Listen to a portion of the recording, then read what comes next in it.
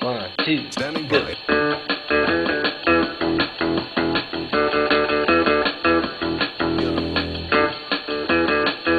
You know. Here we go.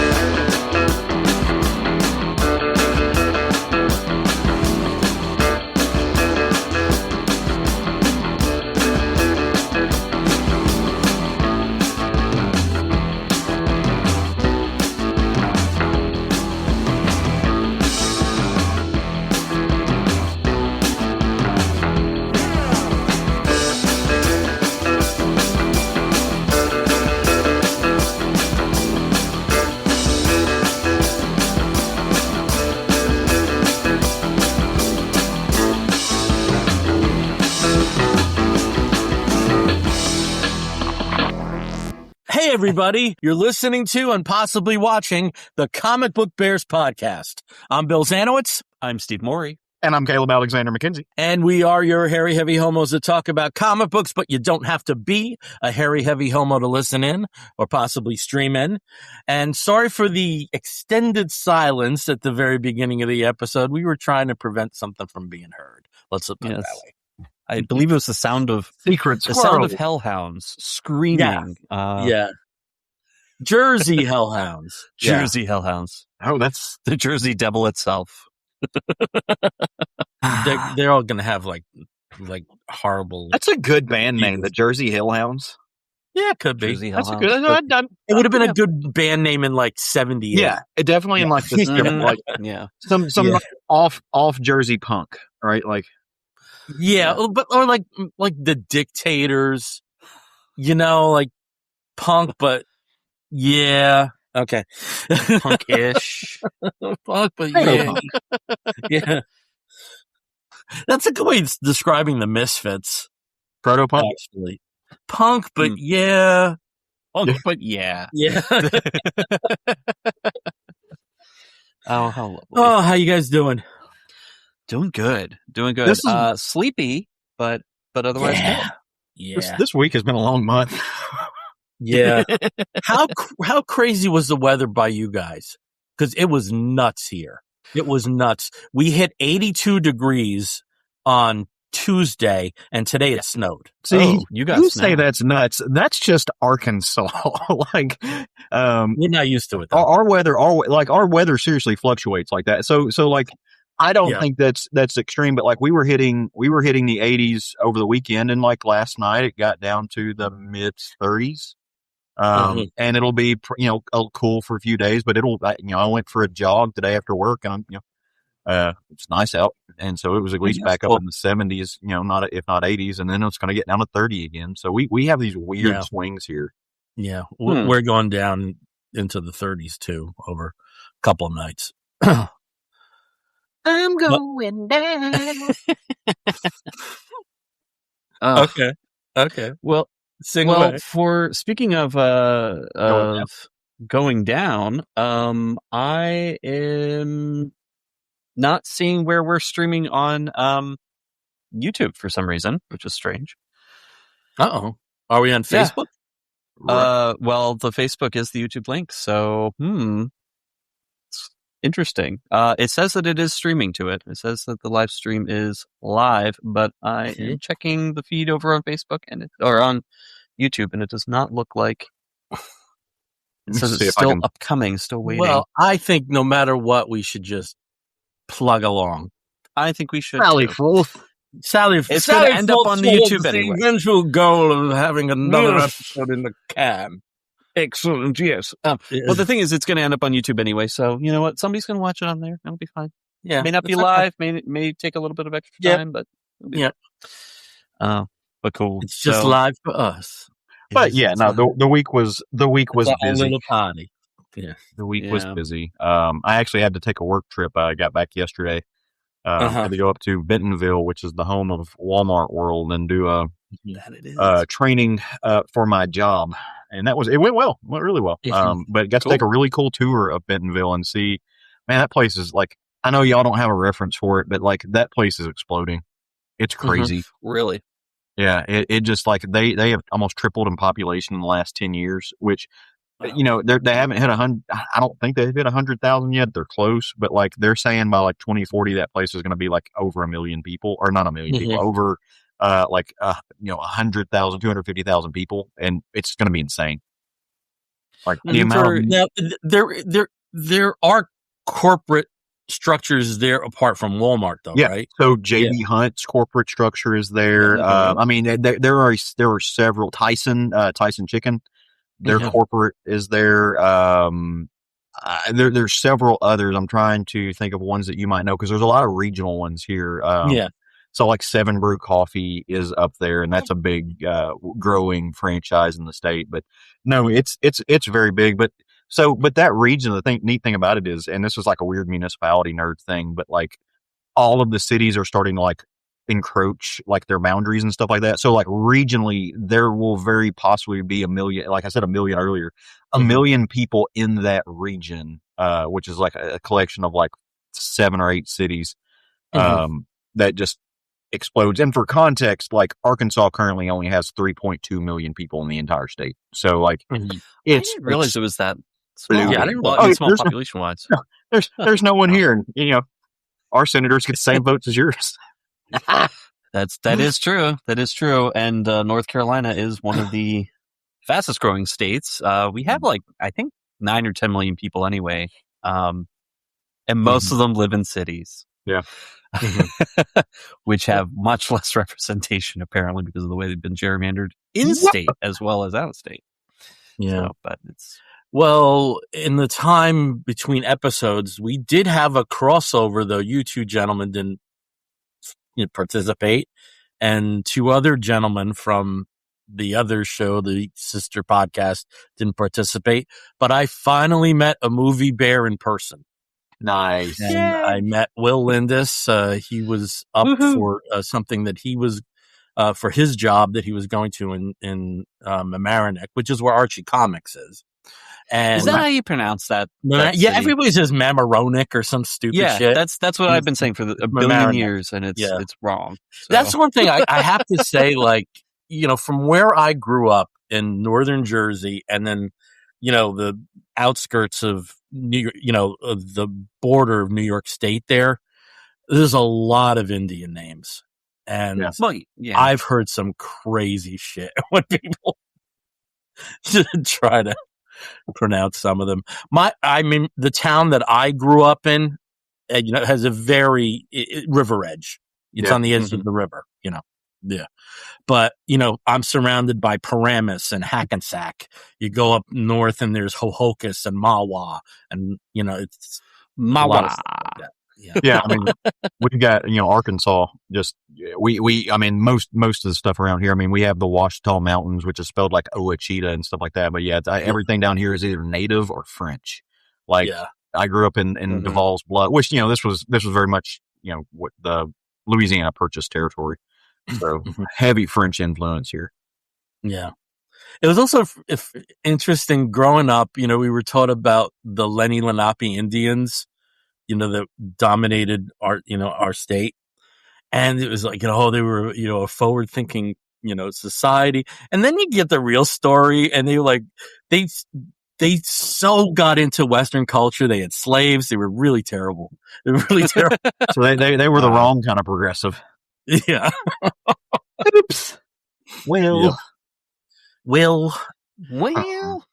And there's, well, no, I don't want to get into it because I'm going to make it sound racist, though it isn't. So someday I will tell you, gentlemen, about the Jackson Whites. Okay.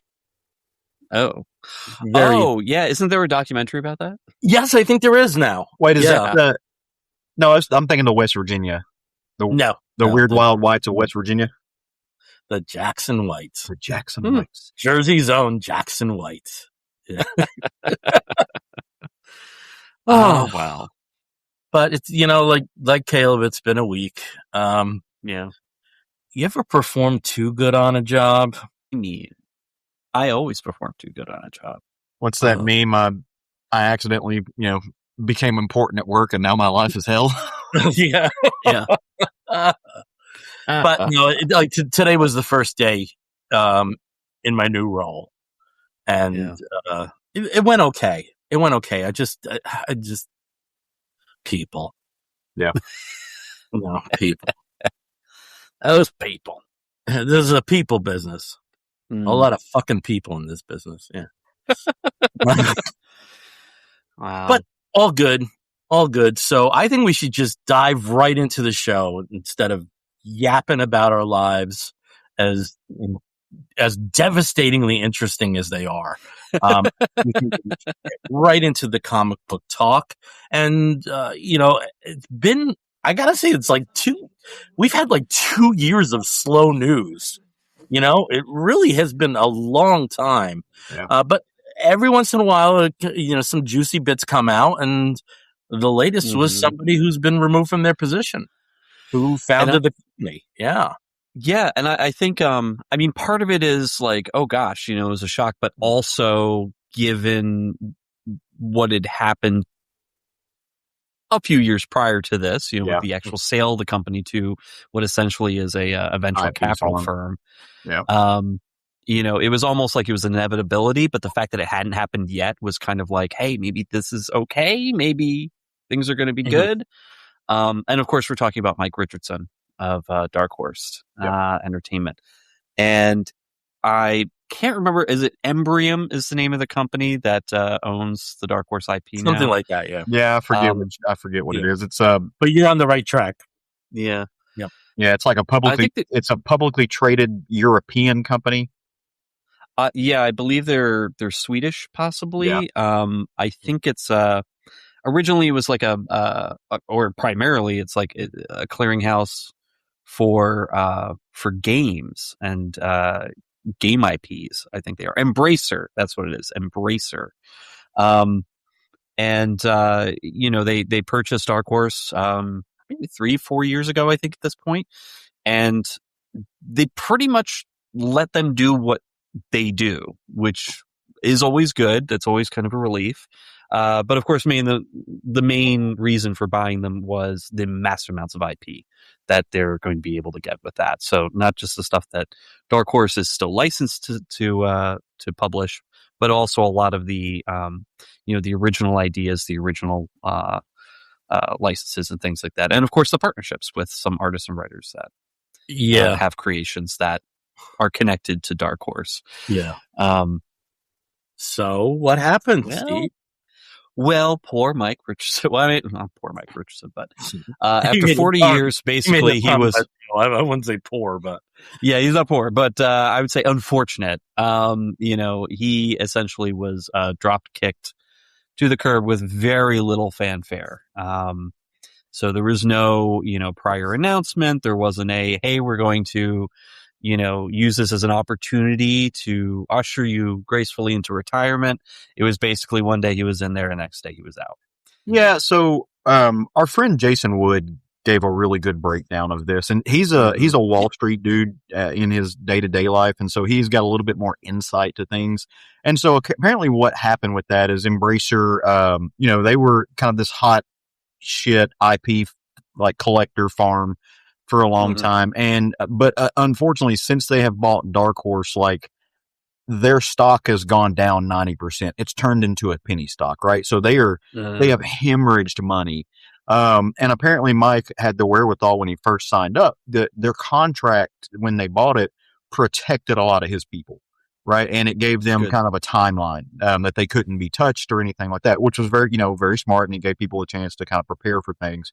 And as soon as that clock ticked, they just were like, all right, you first, which, which, obviously, like I said, this is, I don't know Mike, never met the guy. I don't know his personal life. I don't know how he's doing financially or whatever. But for me, like as a longtime Dark Horse fan, it was like the first Dark Horse stuff I ever read was the Star Wars stuff. Right. And so that was formative for me. It's like, very much pulling stuff off the spinner rack at Walden Books in the mall. It was Avengers with Busick and Perez, and then pretty quickly dived over into, Star Wars. Let's see what that is. Oh, who are these characters? What? There's an extended universe here? What? Wow, this is amazing, aliens and stuff like that. And so just that really pulled me in. And it was through that at the time that I started noticing Conan comics and stuff like that. So he's been a huge, whether I knew it or not, and I didn't know it at the time, he was a very formative influence on my like reading comics, on my love of comics. Like Dark Horse produced a ton of stuff that I loved before, I went back and looked at it the other day before I really paid attention to who publishes what, right? Like there for a long time, I was just like, I was just like a casual reader in high school and stuff. I know Marvel and DC are their own things, but I wasn't paying attention to everything else. Just so much stuff that had his fingerprints all over it, that I went back and was like, I didn't realize those things were Dark Horse, Yeah. And I've got a shrine to Lone Wolf and Cub behind me, and if it wasn't for Dark Horse, I wouldn't have that. So, kind of bittersweet. I mean, it's not bittersweet's the wrong word. As there's nothing sweet about it. It's just like, damn. It's amazing how much. Yeah, it's amazing how much came out of Dark Horse Presents. I mean, there have been various volumes over the years, but I mean, you've got a ton of major characters that have just been, presented in that, or they had short, or an artist or writer were like, hey, I want to throw some like 6-pager out there and see what happens with my, with the idea. Yeah. Amazing how much Dark Horse is. I think one of the really interesting things to see how things transpire over the next few months and years is there are people who are there because of Mike. Yeah. Some names, I don't think Bendis is necessarily the name he was. But Bendis and Matt Wagner, but the big name is Mike Mignola. Yeah. And Mike Mignola, though Dark Horse has participation in anything Hellboy, it still rolls up to Mignola. And I think if he decided to pack up and leave, I mean, however you look at it, Hellboy and b.p.r.d. is a huge percentage of their sales, especially post Star Wars. I'd be interested to see what happens creator-wise from this point on. I'll be really interested to see that, because I think there will be some shakeups, because it was very much a Pacific Northwest imprint. I read the second ever Dark Horse comic ever, which was Boris the Bear. Oh, Boris the Bear. Yeah, which was this great meta commentary on comic books. I'm just really interested to see what happens to it, because it's not like they've been going after IP or licensed titles. It seems, the place that Dark Horse was at some point is more what Dynamite and Mad Cave are at this point, and some IDW too. Yeah, I guess. I mean, but they do have the Stranger Things license, and even though the series, like the main series, has ended, there's now the cartoon series that's coming out, and they do plan some additional, some additional stuff. But Stranger Things. The other thing that's we didn't mention, IDW, right? Rocketeers at IDW, Black Hammer. We were talking about Black Hammer. So Jeff Lemire has done quite a bit with Dark Horse. Right now he's got Minor Arcana that's coming out from there, but obviously Black Hammer is a major, is a major part of what Dark Horse has put out over the past 6 years or so, 7 years. But we were talking about IDW and the Rocketeer earlier today, Bill, because I think you were kind of thinking like, oh, should I talk about the Rocketeer today? No, let's not talk. I don't want to name the book, but I got hit with some books I was planning to talk about, and either the art was fine, but the story was god awful, or the story was great, but the art was something I didn't connect with. Yeah. And one of those was a Rocketeer book, unfortunately. Yeah. But with Rocketeer, I mean, that's something I don't think I've I pride myself on not being Mr. Lois Lane in the Friendship Challenge every week. I like to talk about stuff. Or Fortnite Batman. So are there any, I guess, we didn't really plan this. Are there any Dark Horse titles that are standouts to you? I mean, obviously, Hellboy, b.p.r.d. are the flagships and stuff like that, but are there any Dark Horse titles that were near and dear to your heart? Yeah. Like current ones? Of all time? Some of the later ones, some of the later ones. I mean, for me, my favorite Grendel is always going to be Christine Spar, because that's where I came in. But Grendel's been there 40 years at this point. I think, it's been there a long, maybe not 40, but at least 35, mid, maybe 30. Okay. But it's been there a long time. Was it late 80s or early 90s? I think he got the rights back from Kamiko in 92. And then I think the first material that came out through Dark Horse, which may have been one of the Grendel Primes, was 94, 95-ish. Mm-hmm. Yeah. So it's been quite some time. So, I would say one creator that was a pretty big name for several years that put out quite a bit with Dark Horse is Jeff Darrow. So you had, was it the big guy in Rusty? Yeah. Shaolin Cowboy. Those books, I think, kind of added to, the understanding that Dark Horse had quality creators working for them. And, I think probably what was being put out, and even there was even cartoons. I mean, Big Guy in Rusty was a cartoon. But some of Jeff Jarrow's work was pretty fantastic to see and read. He hasn't put out a lot in and years you also have to think there, but Dark Horse was there for him.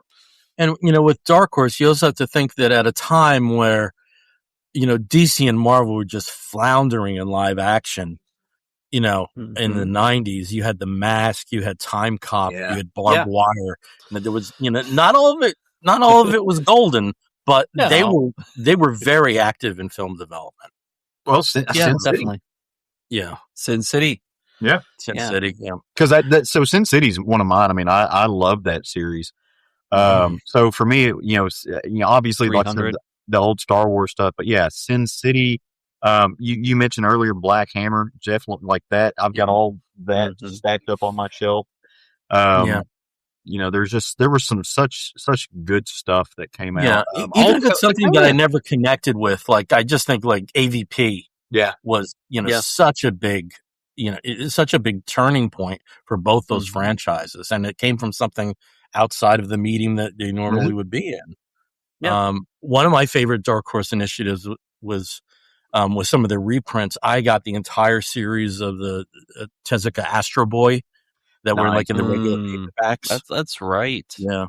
Well, that's another thing too. Like Dark, and you mentioned Frank Miller and Frank Miller work that came out from Dark Horse that always gets overlooked that I loved was Give Me Liberty.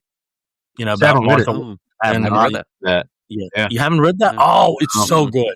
It's so good. It's so underrated. But you were just talking. Dark Horse did a lot to bring like Japanese style art and stuff over too. When there wasn't, Lone Wolf and Cub is a great example of that. But there was a ton of stuff. Astro Boy, a lot of the Kodansha stuff, or that I guess Grendel used to be Kodansha. No, Grendel was. Was that not what? So what am I thinking of? Matt Wagner? No. Yeah. Where was Grendel at first? Kamiko. Sorry, I misspoke. It was a cuh. Or as I say, Kamiko. And I'm wrong, but it's Kamiko forever. Kamiko and Mamaronic. Yeah.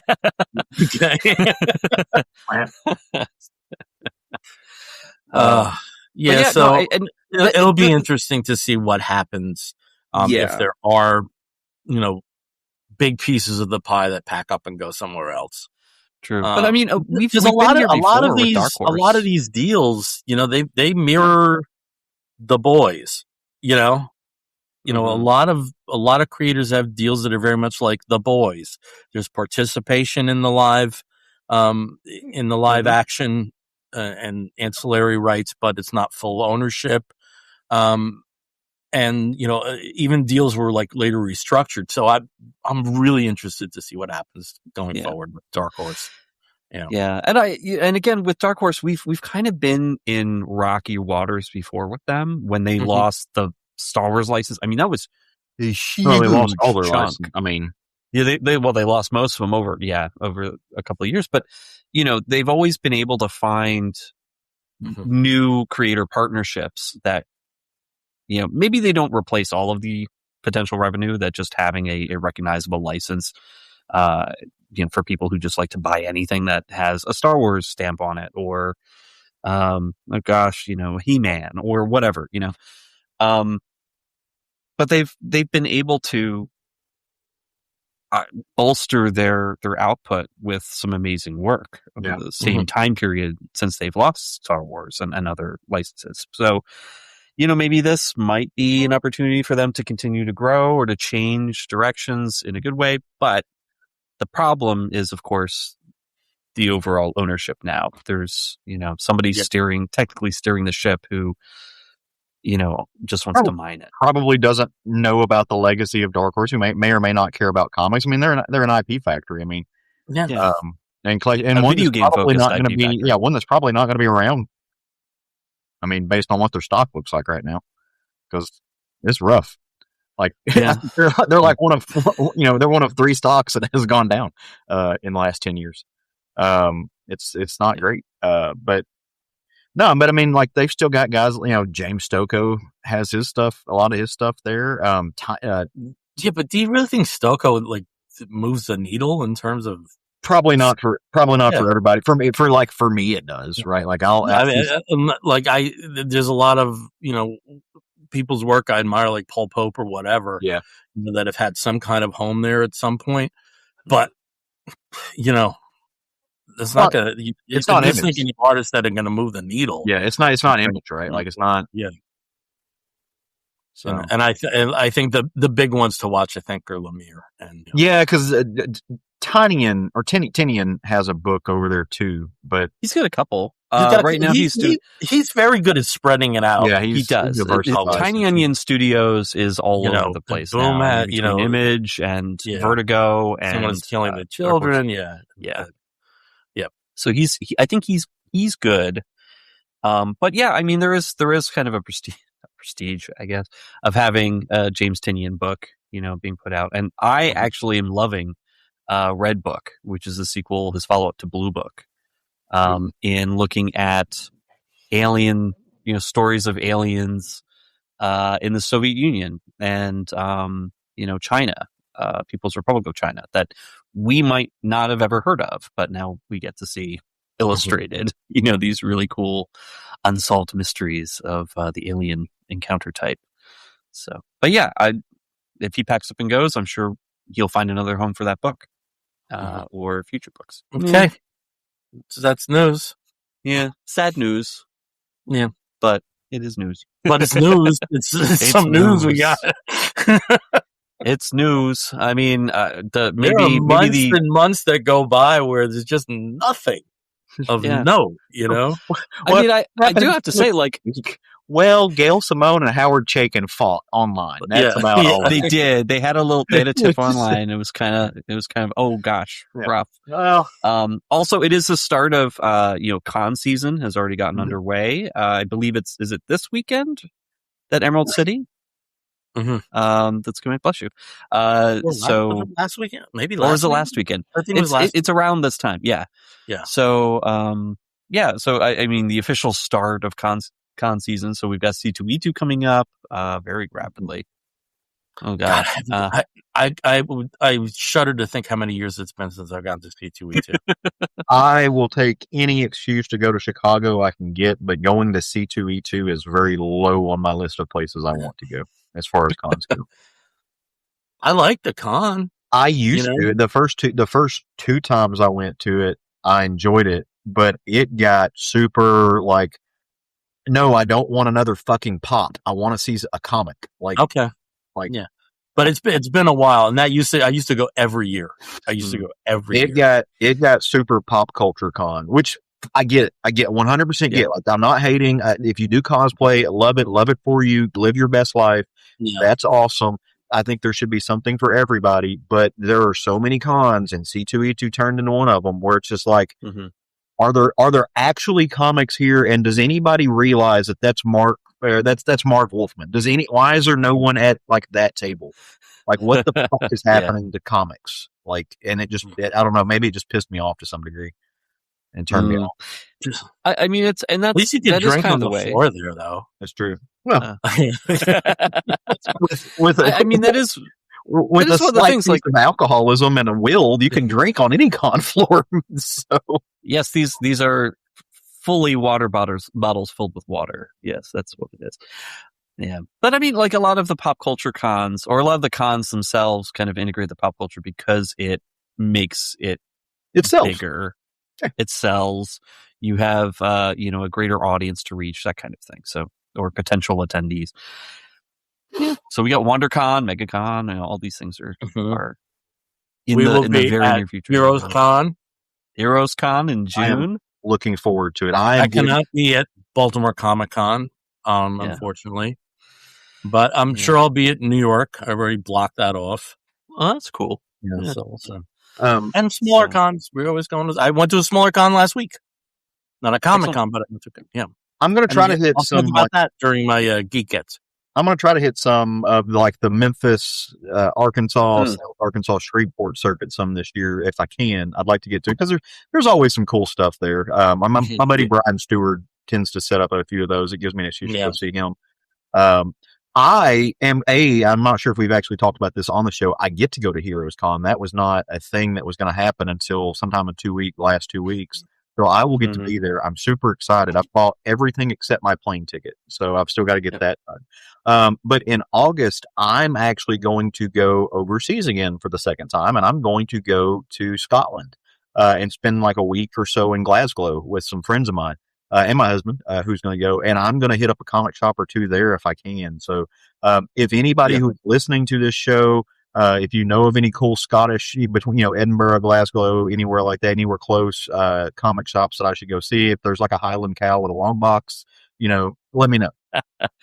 Those issues are going to be soggy though. I mean, yeah. But actually, now that I think about it though, going back to the news, Caleb's book, his first book, is newsworthy because it's the return of the speculators. It is, it's true. I didn't even think about that because I'm not part of that world. But I heard rumblings. Yeah. Well, that world hasn't existed for a while, really, almost 30 years. And then Absolute Batman #1, people who were, especially old guys who sat on it, I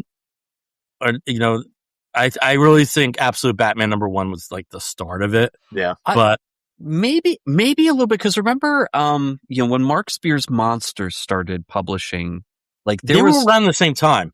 It's true. They were like, it was just weird how Spears was already at it, but he really seemed to explode at the end of last year, the end of 2024. Yeah, because he had his cards, he'd had Kickstarters, he had been doing art for a while, and then he started putting out the books, that had his characters come to life more or less, beautifully. I love the art in his books; it's amazing. I am not a speculator, God knows, but if I see a variant that he's doing, I'll pick it up every time.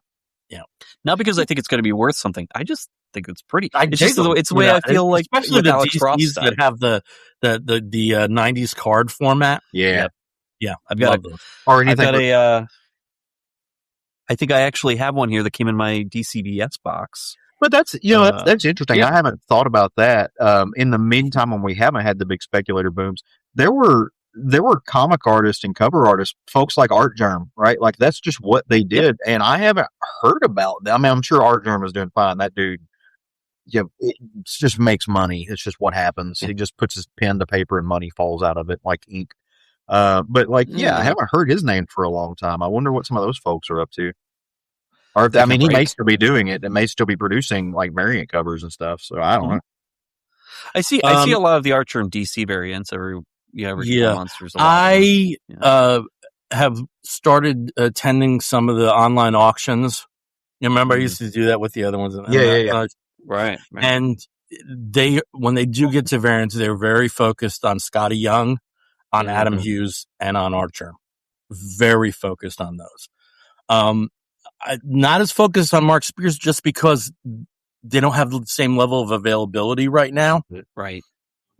So either it's like hundreds of dollars or it's like $4, because people are like us are buying, the variants.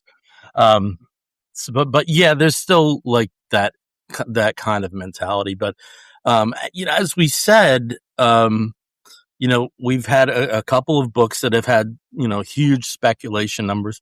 One of the books I have is a tiny bit, but, it's going to its third printing of the first issue. So, kudos on that. But the big one was, I'm just going to let you say the name of it, Caleb. Dork. Yeah. Oh, you mean it's not pronounced orc? The orc? No, yeah. It is, but you got to say it fast. It's dork. Dork. It's in there. You can hear it, but there's an apostrophe. I'm gonna bring it up. So we have illustrations here. Because I love this cover. And this is the original. I think the standard cover. Yeah. Right? Yep.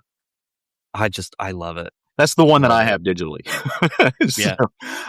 So yeah, no, let me take you to the land of Sunderain, right? Like, Bill, you just mentioned, you were talking about cover artists and stuff like that. You mentioned Scotty Young, and this comic book is basically Scotty Young's grandchild, right? Like that's a good way to think about this. He's got a working history with Brett Bean. Jean-Francois Bellieu was his colorist on so many things, but long time through Fairyland. I mean, that's done all those colors.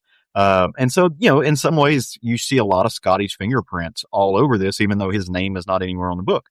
And it's very much in the line with that kind of like hyper, cartoonish, just absurd things happening. And so in the land of Sunderain, right, you have, it's like a little island nation, and part of it is the light. And yes, this is a fantasy / adventure book, and there's a map, which makes me giddy as the little Conan kid. I love a good map. J.R.R. Tolkien is smiling somewhere in the ether. But so half of, as you see on the screen right now, half of the land is the bright, is the light, and the other half is the dark. And there's in the middle, there's a land of like in between, like a twilight land or whatever, and it's called the Scar, right?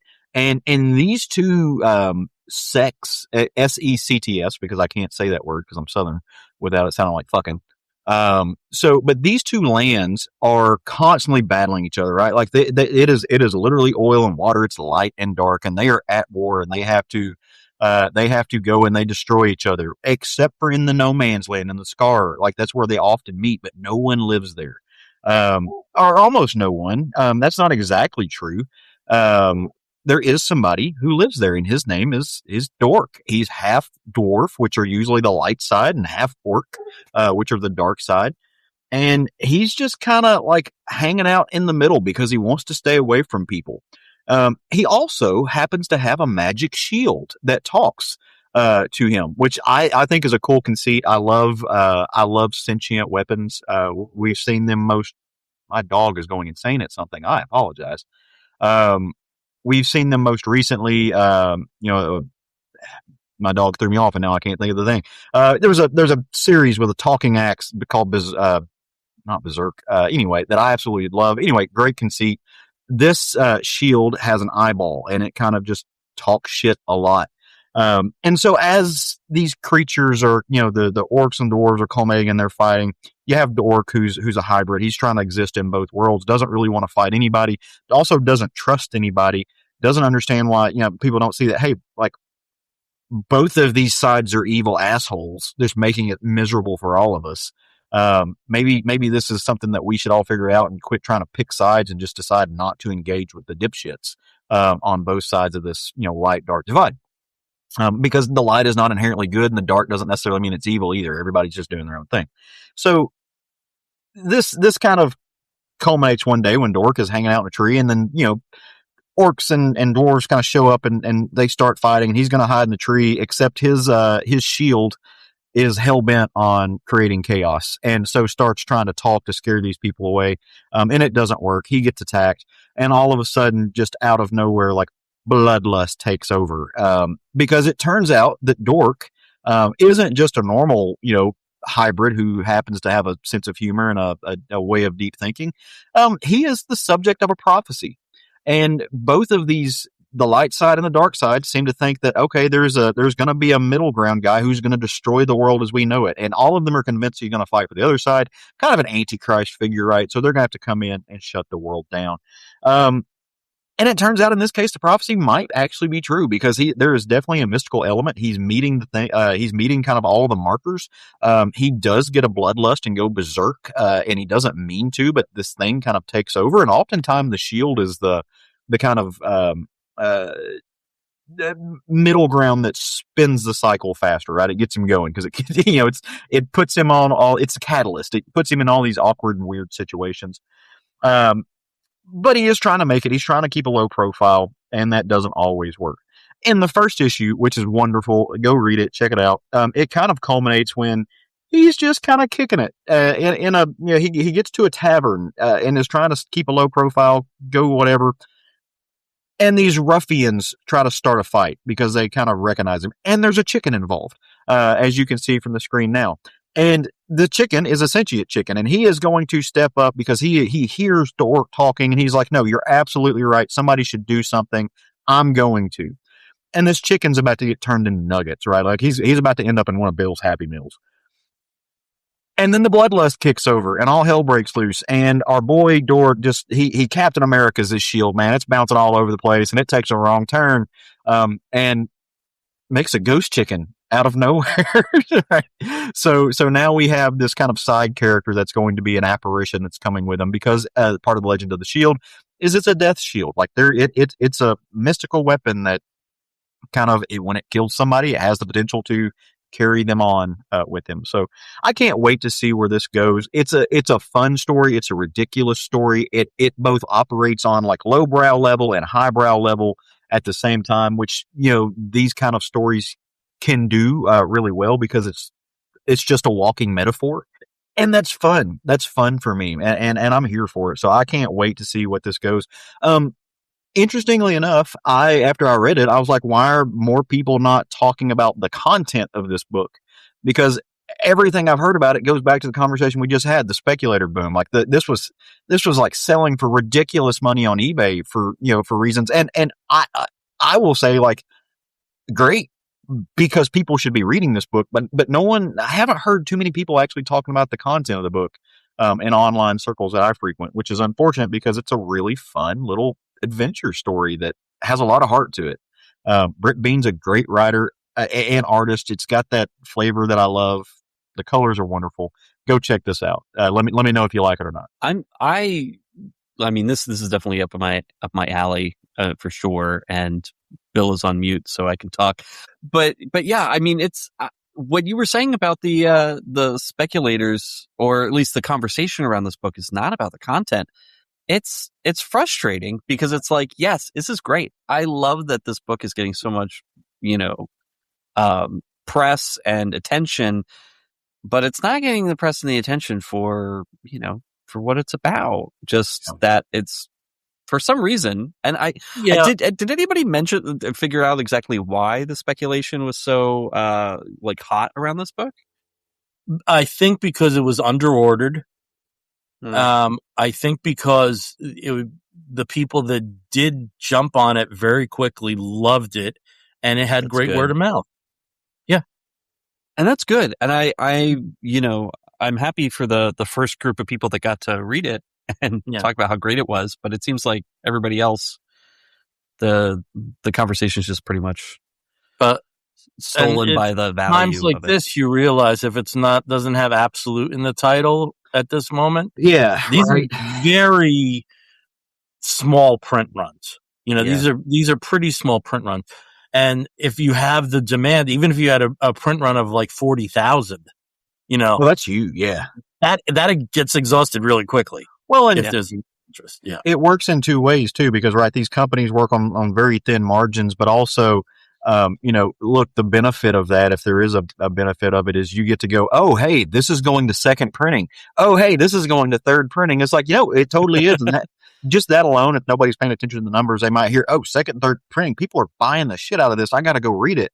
Well, no, dude, they made 15,000 of the first print, right? That it's sold out, because it wasn't a print run. So they're going to go to it. So third or fourth printing of what we see now are numbers equivalent to what used to just be first printing when they were selling a lot more numbers. But I don't want to shit on anybody's day, right? Like, it's still a great story. I'm glad for all these people. Like, go for second print. But, and I also think that with that, saying that there isn't a lot of coverage about the story itself, that definitely is an element too, why there's demand, because people like it, Yeah. And you just, as we started talking about multiple printings, I did admit to these guys, like, probably my dorkiest moment last month was ordering a copy of the 11th printing of Absolute Batman #1, just because I wanted to have an 11th printing of something. I think I actually have maybe a 6th or 7th printing of an issue of Robin from the 90s, because Robin was one of those titles that went through like 15 different printings. Especially two. Especially Robin 2. Yeah, Robin 2, back in like 1991, was it? 1990, 91, something like that. But yeah, I mean, that was when you kind of expected. It's like, oh, they're just selling like hotcakes, and just, and we get to do a little bit of something different in the indicia. So you could tell it's another printing, but it's kind of, in my lifetime, kind of fun to hear about this. Yeah. The first additional printing I remember was Star Wars, and those were like in the Whitman packs. G.I. Joe eventually had multiple printings, right? But you didn't really see the multiple stuff the way you see it now until Dark Knight. Dark Knight was the first one that I remember, like, oh, it's, don't worry, there's going to be a second printing. Oh, don't worry, there's going to be a third printing. Yeah. So that was, there's something slightly different with the cover for the next printing. So maybe grab another one. Yeah.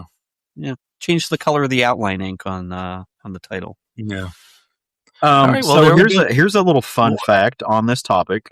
I just did a quick search, and again, I just searched. I'm not saying that this is gospel by any means, but based on what I can see, the book Johnny the Homicidal Maniac by Johann Vasquez is cited as having the largest number of printings for at least an independent comic. So that's fun. I do have one of them. I don't know what printing it is, but I do have an entire set of Johnny the Homicidal Maniac floppies that I bought at Hot Topic. I think prior to Absolute Batman, I think in terms of the for the major labels, music, sorry, the major comic book companies, I believe it's Killing Joke. And that's on the list too. I could hear that. Yeah. Probably had the most for a DC or Marvel. So it looks like the Tick #1 is up there as well for some reason. Batman, the Killing Joke, and then Watchmen has had a bagillion different print types. Yeah, but that's like the trade. They didn't go back to printing on the. Yeah, they didn't do the single issues. Which I'm just thinking regular. I would love that. I would buy that. What? Watchmen single issues if they were to just do that again. Oh, okay. I think I don't have one. I'm surprised that, you know what? I guess they missed the boat with the film. But this year would have been the 40th anniversary of it. Oh, yeah. Well, and I mean, I think because people active facsimile program right now, which I buy them like crazy. They are very pretty to look at. I haven't bought any of them. And I'm like so stupid. Like I'll buy like the standard version if it's a book I don't have, but if it's a book I already have, I'll get the foil version. Mm-hmm. Again, they look pretty. They're cool. They do look cool, but I've got cool. I got all those issues of Batman Hush that I'm scared to touch, the fingerprint thing. Yeah. So, yeah. I mean, I'm with you. I mean, I just said it earlier. I love die cuts. I mean, you give me a good die cut comic, I'm down with it. I like heavy duty cardstock stuff, like horror stuff. Mm-hmm. Like to this day, I'm a slut for a pop-up cover. Like Force Works #1, I've got like 9 copies of it just because I pop it up and I giggle. I'm just like, oh man. Oh, remember when gimmicks were more frequent, but then again, I think they're coming back anyway, so it doesn't really. Yeah. Or the giant artist editions that are, or the treasury editions that are. I'm surrounded by them. Yeah. Yeah, 11 by 14 or whatever size. I want those in my next house where I have built-in bookshelves. I'll start getting those. I cannot wait to get a house with like built-in bookshelves, and I can omnibus the fuck out of it. I'm excited. Someday. When I win the lotto, what I'm going to be There doing will be with all times. my money. Oh, when I win the lottery, the waste. when I win the have. lottery, it's going to be one of two situations. You know, either I'll be like the classic, there will be signs, you know, or you will never hear from me again. Like I will disappear, including you two. Like here's the show. Yeah, like I will just disappear. Yeah, Where'd Bill it's go? going to be one of the two. If I win the lot, I mean, obviously, if, you know, we're talking high end numbers, right? Like, but if I were to win it, I would stay in the picture, right? But there would be a lot of things in my life that changed. Like I would not be doing a job that caused me any stress. For starters, right? Oh, stress. Like, no. yeah, I'm eating. Hold on. But I would also probably expatriate at some point. Like I want to go live places. Yeah, absolutely. Yep. Also, I will be outstanding as a creature of leisure. Outstanding as a creature of leisure. Did you say leisure? Creature of leather or creature of leather? Well, I think would be. One of my first vanity purchases will be a custom made Langlet. I can't talk tonight. A custom made Langlet's leather jacket that I will definitely buy. And then the first like real extravagance in my new home will be a Christmas room where you walk in and every day it's Christmas. There's like 4 Christmas trees up. I'm going to use my powers for good because I want to, but also I'm going to use my money to make my dream of just being Rob Halford's best friend come true. Like I will just like start like rich people stalking that man. Just like there are things like I would like legit do to do that. Like, you know, coming from the theater, I'm sure I would invest in some plays. Yeah. I believed in them. But I also might be just like stuck in a dark room with a stack of Justice Leagues, and that's my life. You know, I don't know. There's a 1,000% chance that we will live on a multi-acre farm somewhere in the world, and Roger will collect massive amounts of dogs. that will, and I will hire someone to keep them out of my way. But I also know, like, probably I would take like you guys and Tito along with me, and some Wendy, you know. And just have like some compound somewhere, of like all cool shit. No, here's what compound John. Yeah, here's what we do. That right, but also instead of like we can go to concerts, but like if I have stupid people money, I'm going to pay the bands I love to come do house shows at my house. Yeah. Like my friend Joe. Yeah, I would want. I know that's Luna. That's exactly what I thought. Right, exactly what I thought. I'm like, no, if I got that, like, no, Florence and the Machine is playing a show for me and like 20 of my besties. Right, like that's, and I'm going to play bass on like 3 of those because I will pay them money to let me and teach me how to do it. Right, like if I've got stupid money, why not? Like I think that's like I would love to do that, man. Like that'd be fan-fucking-tastic. Cool. And also houses for people. Yeah. House for me. You're a people. I know, but I need a house. I have to figure out where we're retiring to. I just want a little bit bigger room that I can organize my comics in. That's really all I ask for. I'll keep it. All right, let's. And I'm gonna go from like giddy to like depressed. So let's stick with comics. Because I'm still working for a living at 58 years old. So, working 8:30 to 6. Oh yeah, consultings. Yeah, no, you have to bill 9 hours per day, no matter what. Yeah. All right, Steve, you've got a book to talk about. I have them. I haven't read any of them, but I think you might enjoy them. I imagine I would. Someday I'll get alone. And I have it here. I have the last issue right here. I have all 6 of them. So tell us about this book. So the book I'm going to talk about, and I think it probably shares a little bit of the visual DNA of Caleb's book. In that there's a very cartoony style that's being presented in the pages, and it fits. It really fits with the feel of this book. And probably, not by accident, it is geared more towards the youth market. These are more for kids. Like, these are the Hey Kids comics. And that is Children of the Round Table by DC, shortened to C.O.R.T, C-O-R-T. And it's written by Tom Taylor with art by, if I can get their name correctly, Daniela Di Niculo, who has some amazing work. This cover right here is one of the variant covers. This is the actual original cover for number 1. But the art is gorgeous. The colors are gorgeous. Rain Benito is on colors and Wes Abbott on letters. But this is a book that I think if kids were to actually get it in their hands, they would really enjoy it.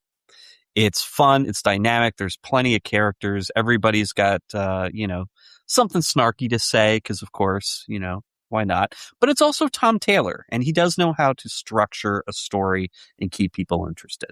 And you get introduced in the first book to this crew of kids who all know each other from their soccer team. And, they're going on a little quest, just a fun quest to go and check out some nature preserve. At which point a giant stone out of nowhere falls in front of them that just so happens to have a sword sticking out the top. And one of the kids fell. She ends up pulling the sword from the stone, and the sword itself is Excalibur. Now, the great thing about this is that it gives all the kids a weapon, and each weapon is possessed by one of the characters from King Arthur's court, one of the knights of the Round Table, each of those weapons. And all the kids are basically like, we're kids. We're all like 13, 12, whatever. Why do we have these weapons? What's going to happen with this? And of course, this starts the ball rolling for the greater plot. They find out that there is an evil weapon, actually the scabbard to Excalibur, that's possessed by Mordred, who is, of course, King Arthur's son.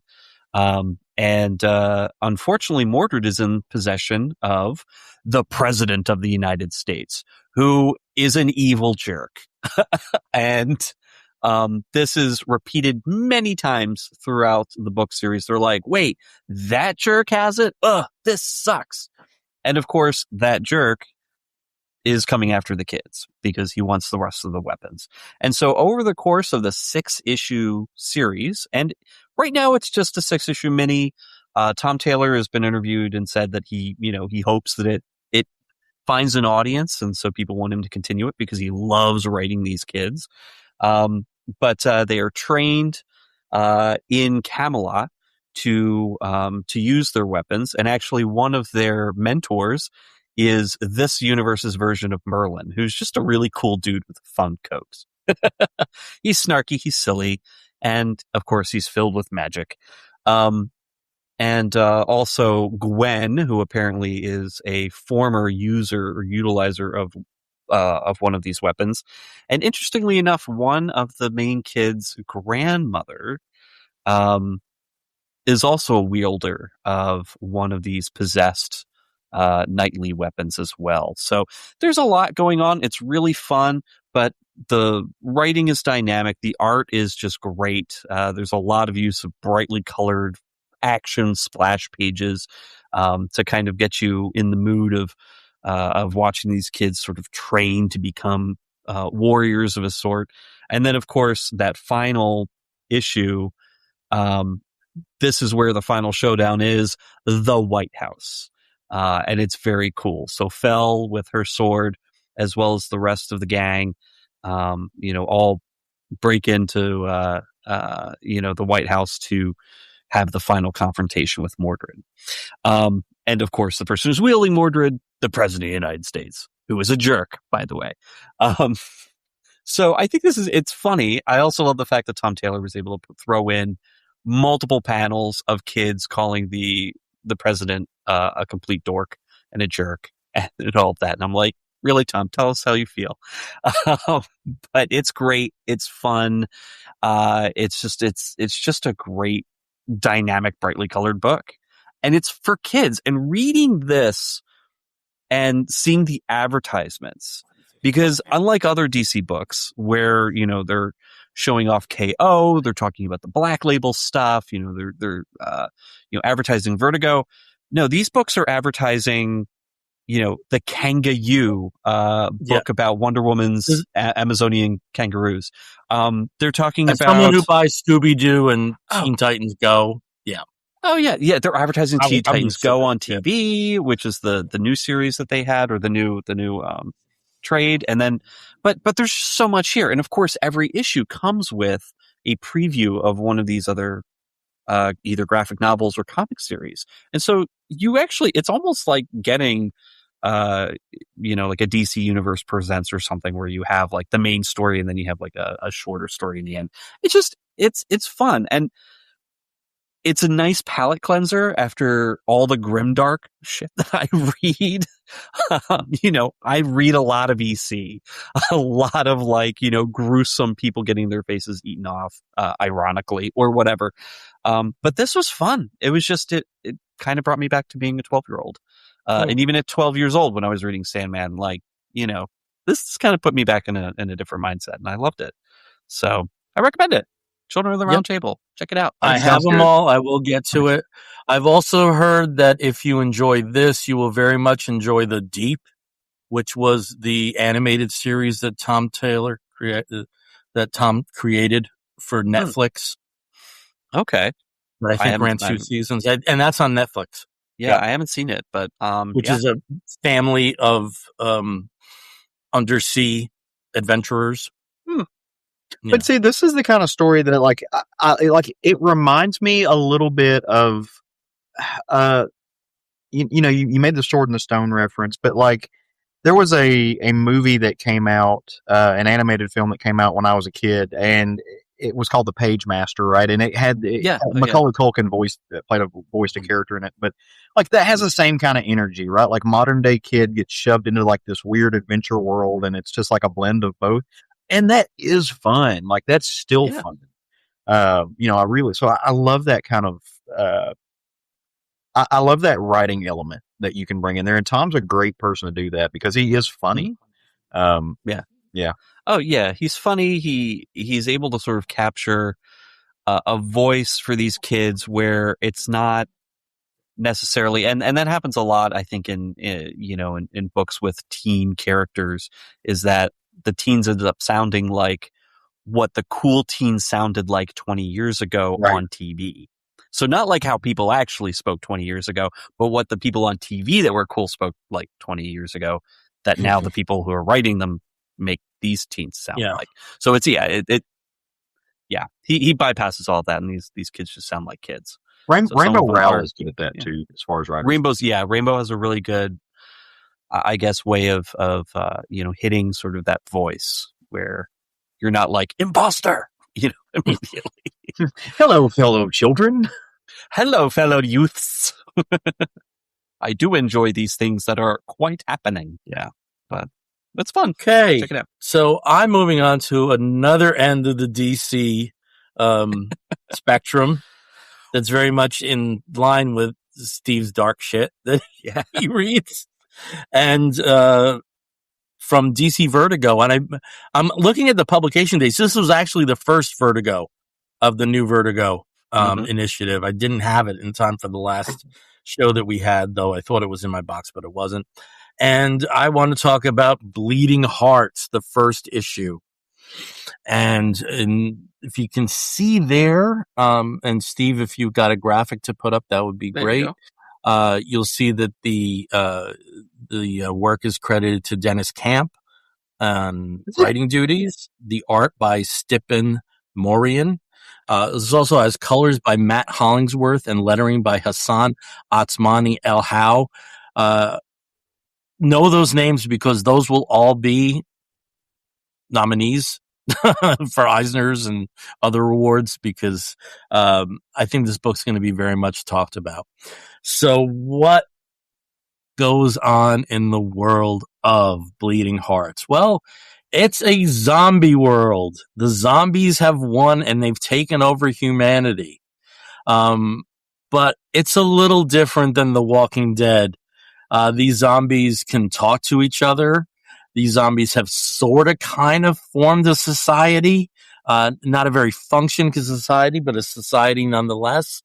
And what we have here is centered around one particular zombie, the Bleeding Heart, the title book, and that's Poke. But Poke's actual name is Mouse Pokes Golf Ball Through Hole in Head. All of these zombies have these lengthy names that do get abbreviated into a nickname. So where are we? The Earth has fallen to the zombies, and it's 10 years after that. They're now the dominant form of life, or I guess the dominant form of unlife on Earth. As I said, they've developed their own cultural practices, their own languages, their own society. And Poke is, he's a well-respected member of this community. And he has somebody who literally is his brother in arm, Mush. Mush's full name is actually, I have this down here. Mushrooms grow up all over like little forests, but they call him Mush. They're both from Arizona. There's some mystery regarding what they were when they were human and alive, but they've been together for a long time.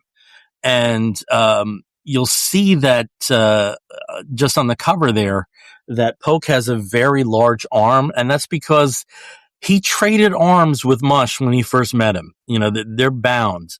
And this is, in this society, this is a sign of friendship. He met Mush when Mush was set on fire, and Poke helped put him out. So there is this, community, and there's friendships and alliances, and things that you would expect to see in a society. And this world is, it's very different. They debate about the ethics of having human farms. Typical zombie stuff, right? But something very complicated has happened. Poke's heart, which has not beaten since he was alive, has started beating again. And he's starting to have empathy, and he's wondering what a good person actually does. So there's a lot of craziness that goes on. Steve, let me just go back to the visual I took off here. If you can go to that first page, this is a human that's on the run and eventually gets devoured by the zombies, right at the start. So what sets his tone. But if you can go to the next graphic there, we see Poke with his heart going as it puts their lub dub that is repeated throughout the issue. And as he says, it's complicated. If we can go to the next graphic, they're talking about, he's there, and the other dude there is Mush, and he's talking about, he's not feeling good. He doesn't feel like eating humans right now. He knows something's going on. I think we may have one more graphic there. And this is just stuff. This is, an example of what the society is like. There's another member of Unhinged Jaw and Eats Crying Baby Hole is one of the other zombies who's, just devoured a woman and, is kind of doing flame farts, after eating her because he can do that. The story ends up where there's discussion among the zombies that there's a lot of humans left alive in New Jersey. So they're talking about making the trek to New Jersey. Mush and Poke, though, they decide, let's not go that far, even though the food may be plentiful there, it kind of, we're kind of used to this area. So they go into the suburbs, and as they say in the issue, zombies fucking love the suburbs. And they enter this house, and they're, basically going to set up camp for a couple of days before they go on a hunt. And that's where Poke finds some beings he wasn't expecting to find. Let's put it that way. And that's where the issue ends. In terms of the art, it's really interesting. We're hitting this right after Gorillaz made their SNL appearance, because this really feels very Jamie Hallett.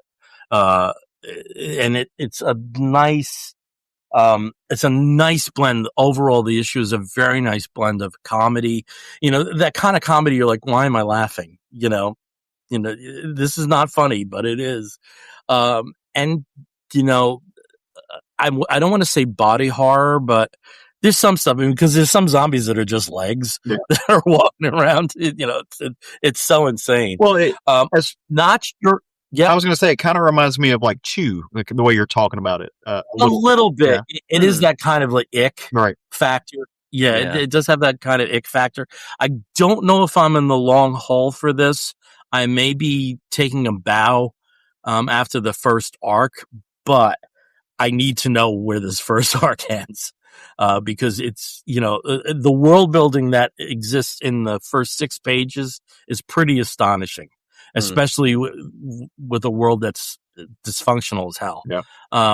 So that's the first issue of New Vertigo, Bleeding Hearts. Steve, I know you got this. So. Oh, I do have it. Yeah, I do. I have this, and of course, last episode I talked about End of Life, which was the second one to be released for the New Vertigo. So I think between those two, I think Vertigo's hit some good books this time. Time will tell, obviously, and Bill, like you had mentioned. You might not stick with this after the first arc, but I need to know this arc just because this isn't anything I normally would gravitate toward. Right. But it's so well crafted that I at least owe myself, the start of the journey. Plus, it's Deniz Camp. So, well, I was going to say, like, I've been like, Deniz Camp is that dude right now. When you said his name, I was like, oh, of course it is, right? Because he's writing like 17 things right now. But after you started explaining it to me, I was like, number one, this book is full of like Aristotelian philosophy, right? Like what makes a good person. And I think you hit the nail on the head. So like with that, plus fart jokes, which is a good time. But like when you think about the philosophy of this book, based off what you've told me, like the soul, like what makes a good person, what are ethics.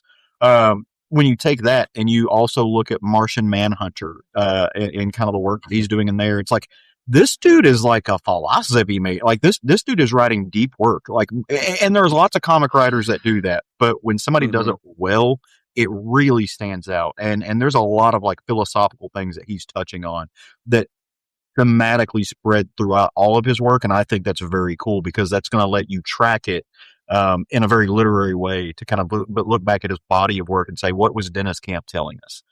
Which is neat. And it's interesting because we were talking about theater a little earlier. I just saw Hamnet, which is excellent. Okay. And that got me thinking of the play Rosencrantz and Guildenstern Are Dead, which takes 2 minor characters in Hamlet and tells their story. And I think that's, indicative, you can directly apply that to most zombie apocalypse stuff.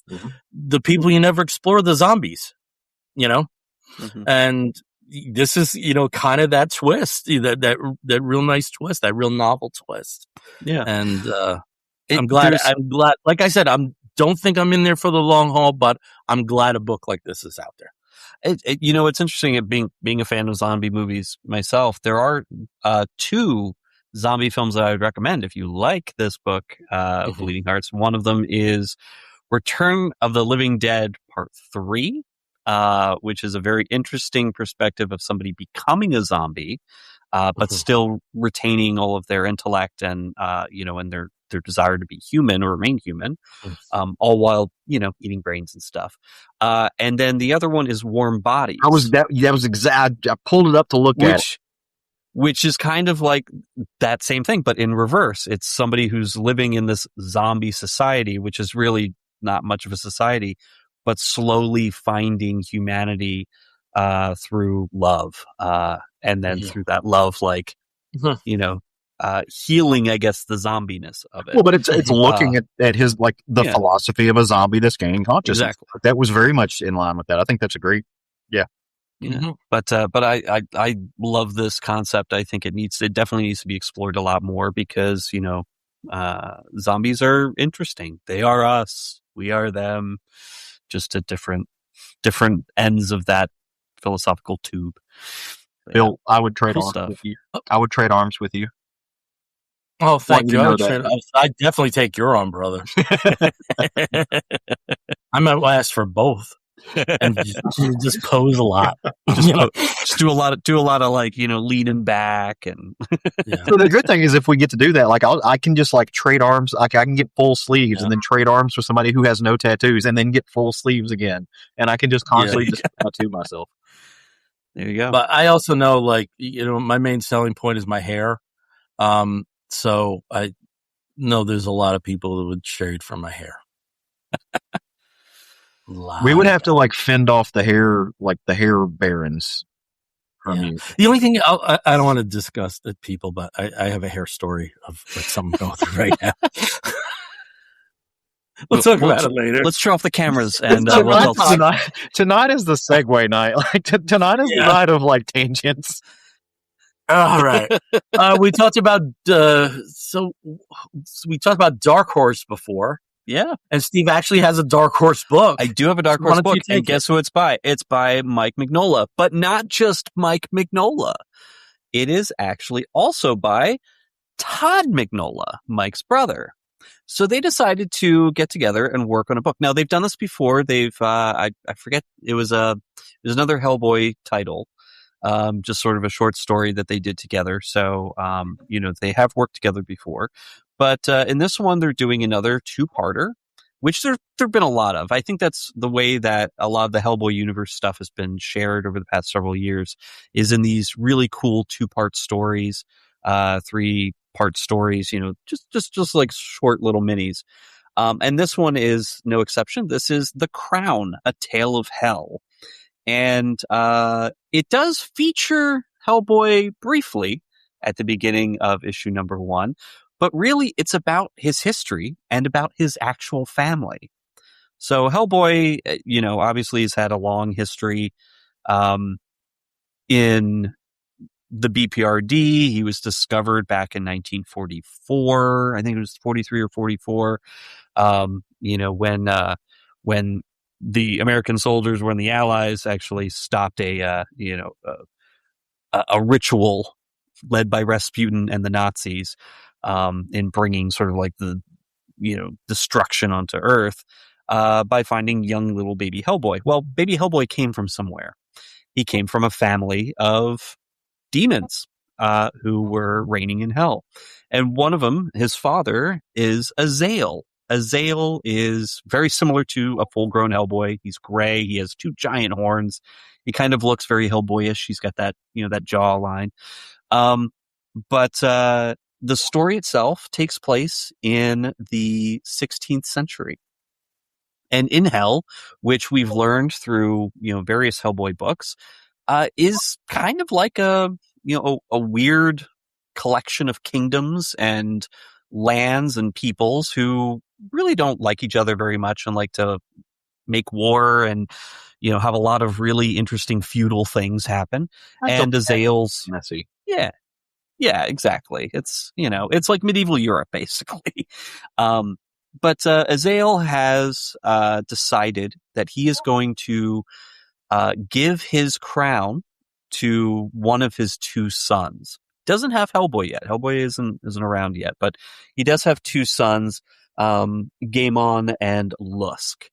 And he invites his wife back, Sidara, who apparently, as part of her just hellish curse, is doomed to be chained to a rock in a pit every 100 years she gets to come out of the pit and hang out and have dinner with her family.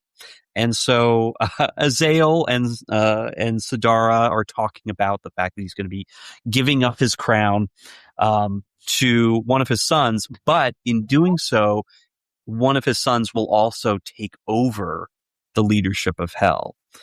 They are going to work together to defeat Sidara's father, the King of Hell.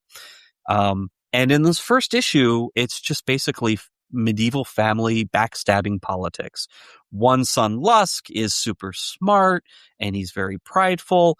The other son is kind of dumb. Gaemon, also has an enormous army that he's terrible at waging war, but he's got these very loyal soldiers. So it's kind of like, okay, well, which one do we want? The one who's wily and intelligent, or do we want the one that's the most powerful?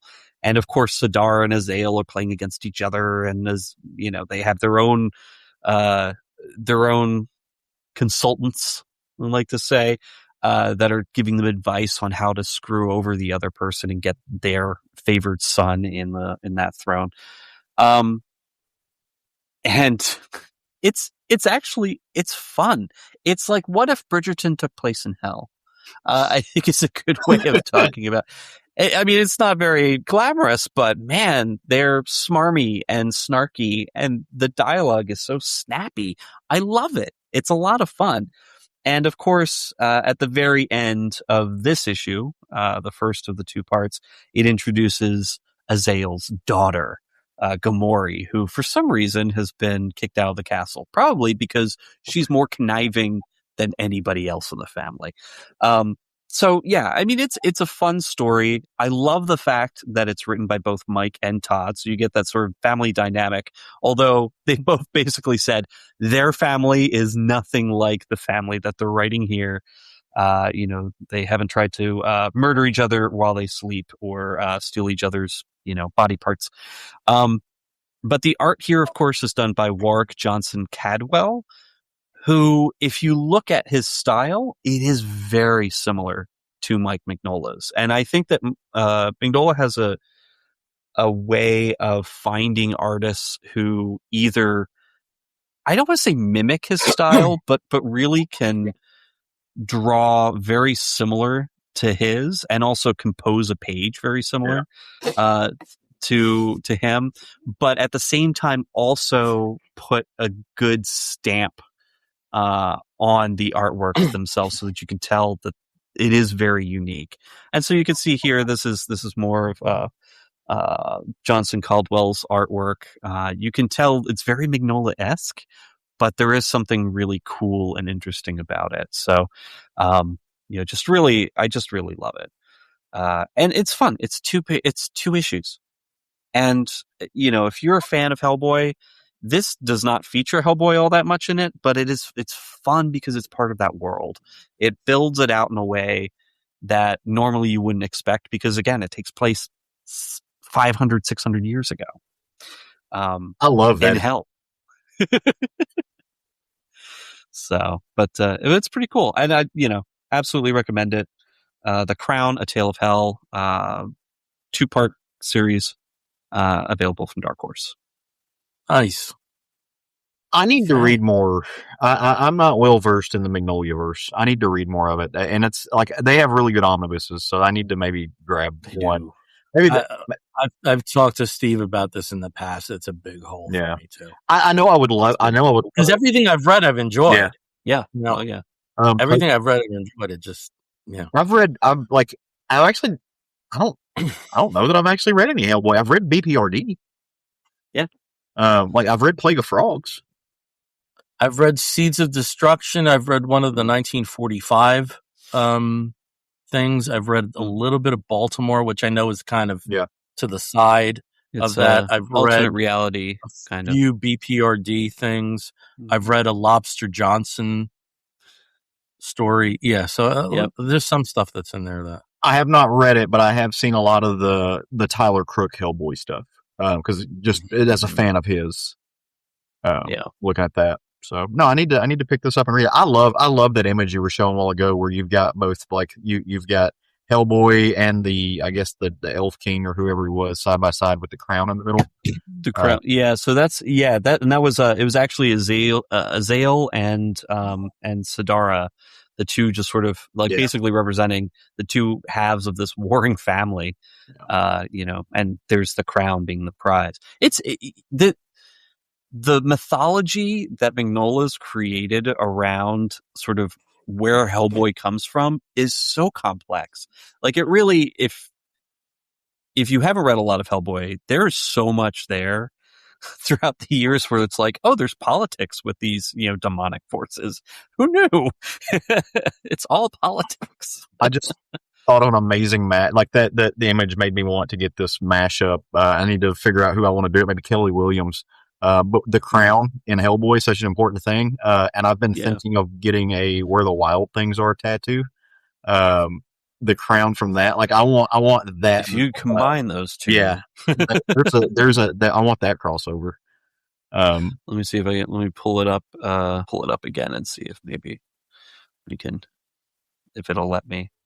But so how does this, not having read a lot of Hellboy, and I know a lot of the story, because Hellboy is basically done now, and they're just going back and telling like old stories. How does this line up with the mythology? I mean, is this something that people already kind of knew about, or is this creating and plowing new ground?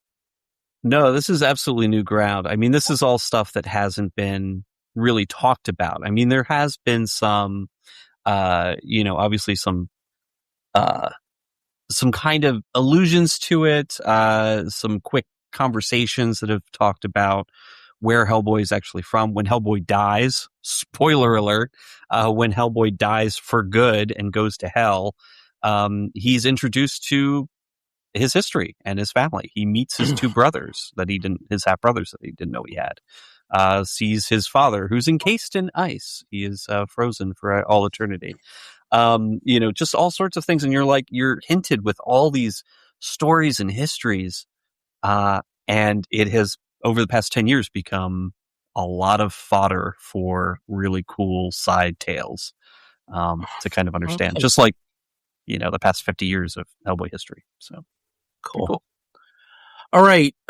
One publisher that we've explored a lot over the last few years on this show is Mad Cave. Mm-hmm. And apparently Caleb has a new Mad Cave book. I do. And, well, I said new. I think it came out end of last year. It's a little bit new-ish, but yeah. New-ish. The book Recent. is called, and I'll kind of speed through this because there's not there's obviously a story there, but it's not a lot going, there's not a lot of texture to it. But the book is called It Killed Everyone But Me. It's written by Ryan, I think you pronounce his name Perot. The art is Letizia Cadenale. Alessandra Santoro does the colors. Taylor Esposito does the letters. And this is a horror story, right? I mean, kind of in line with what Steve was just talking about. This is all things spooky, and it takes place, not a Dark Horse book, but it does take place in the PNW. So there's at least some, conceptual continuity there. But the book really starts out in 1996, and they're showing you this town called Riverdale, Washington. Two police officers were walking in on, that was something they got a call from, and they just start seeing blood and stuff everywhere. I mean, obviously a massacre is happening here, so they call in the whole crew. There's bodies that are dropped, and they walk in a room, and there is just this young girl sitting there, just eyes wide. She's alive, she's holding a shovel thing, but just stoic. But you very much get the vibe, okay, something happened here and she is not the culprit, like there's something otherworldly, but nobody, really knows what that is. 28 years later, you find out that her name is Sutton Reed. She's grown up to become a real estate developer, and, she's married with, married and divorced, split in custody of a kid who's trying to use mom and dad against each other to get away, do things, go drink for the weekend or something like that. But, she's just a busy person.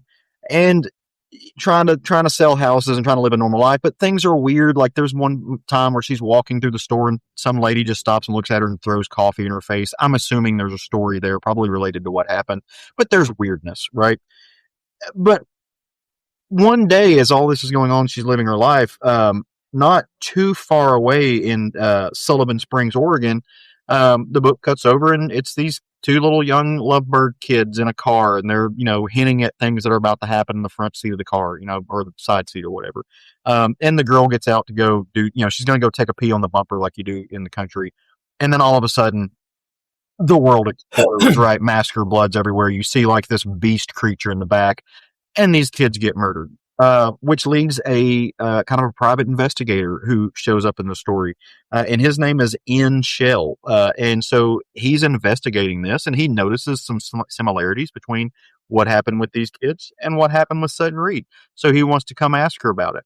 And kind of, she is nonchalant. She's like, I'll give you 10 minutes. Nothing happened yet. My boyfriend at the time went crazy, murdered a bunch of people, but there was nothing.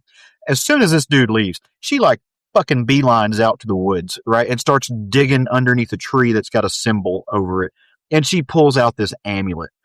the end of the story, you may want to go check it out and read it. I won't spoil too much, but she actually is taking this amulet and she calls a creature out of it who is very much a demon who's been stuck in this amulet for a long time. And he's like, "Oh, you're not a girl anymore."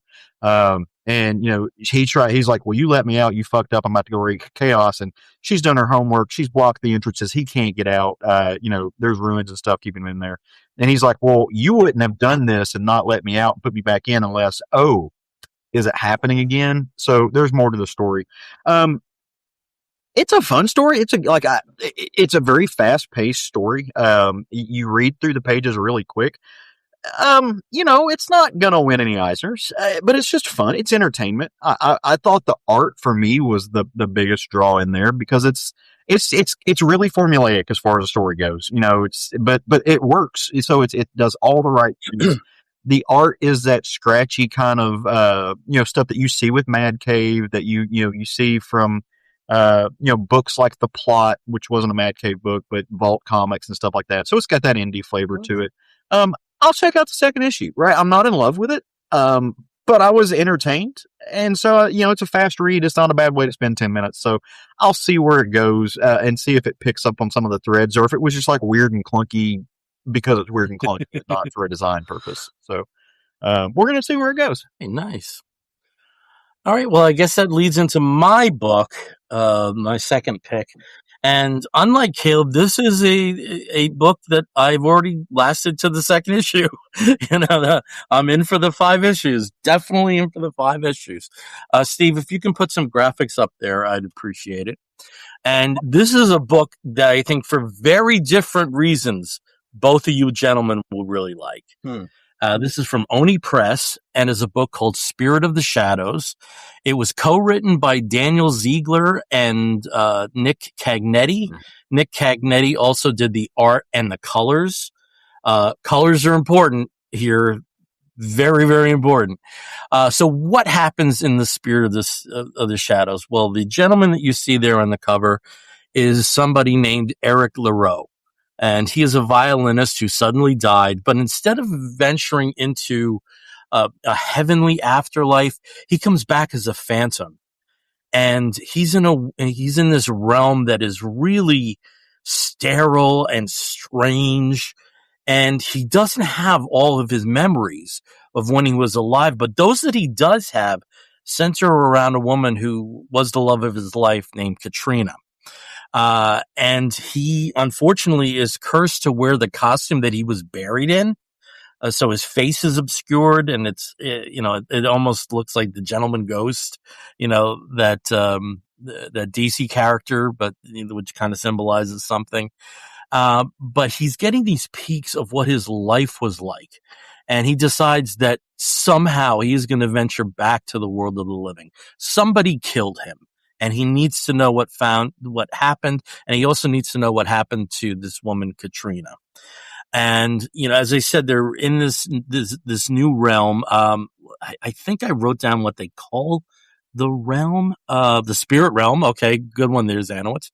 And in the spirit realm, souls are judged by the lives they lead, and they're recorded in a book that they carry around with them until they fully pass on. There's a problem with Eric's book, though. It's been torn apart. And through the pieces that he's picking up, he's piecing his life together from these stray memories. This is very much like The Crow in a sense, of a love that died through a violent form, but goes on. But where The Crow is kind of about like vengeance, this is about looking inward. And it has a very different feel.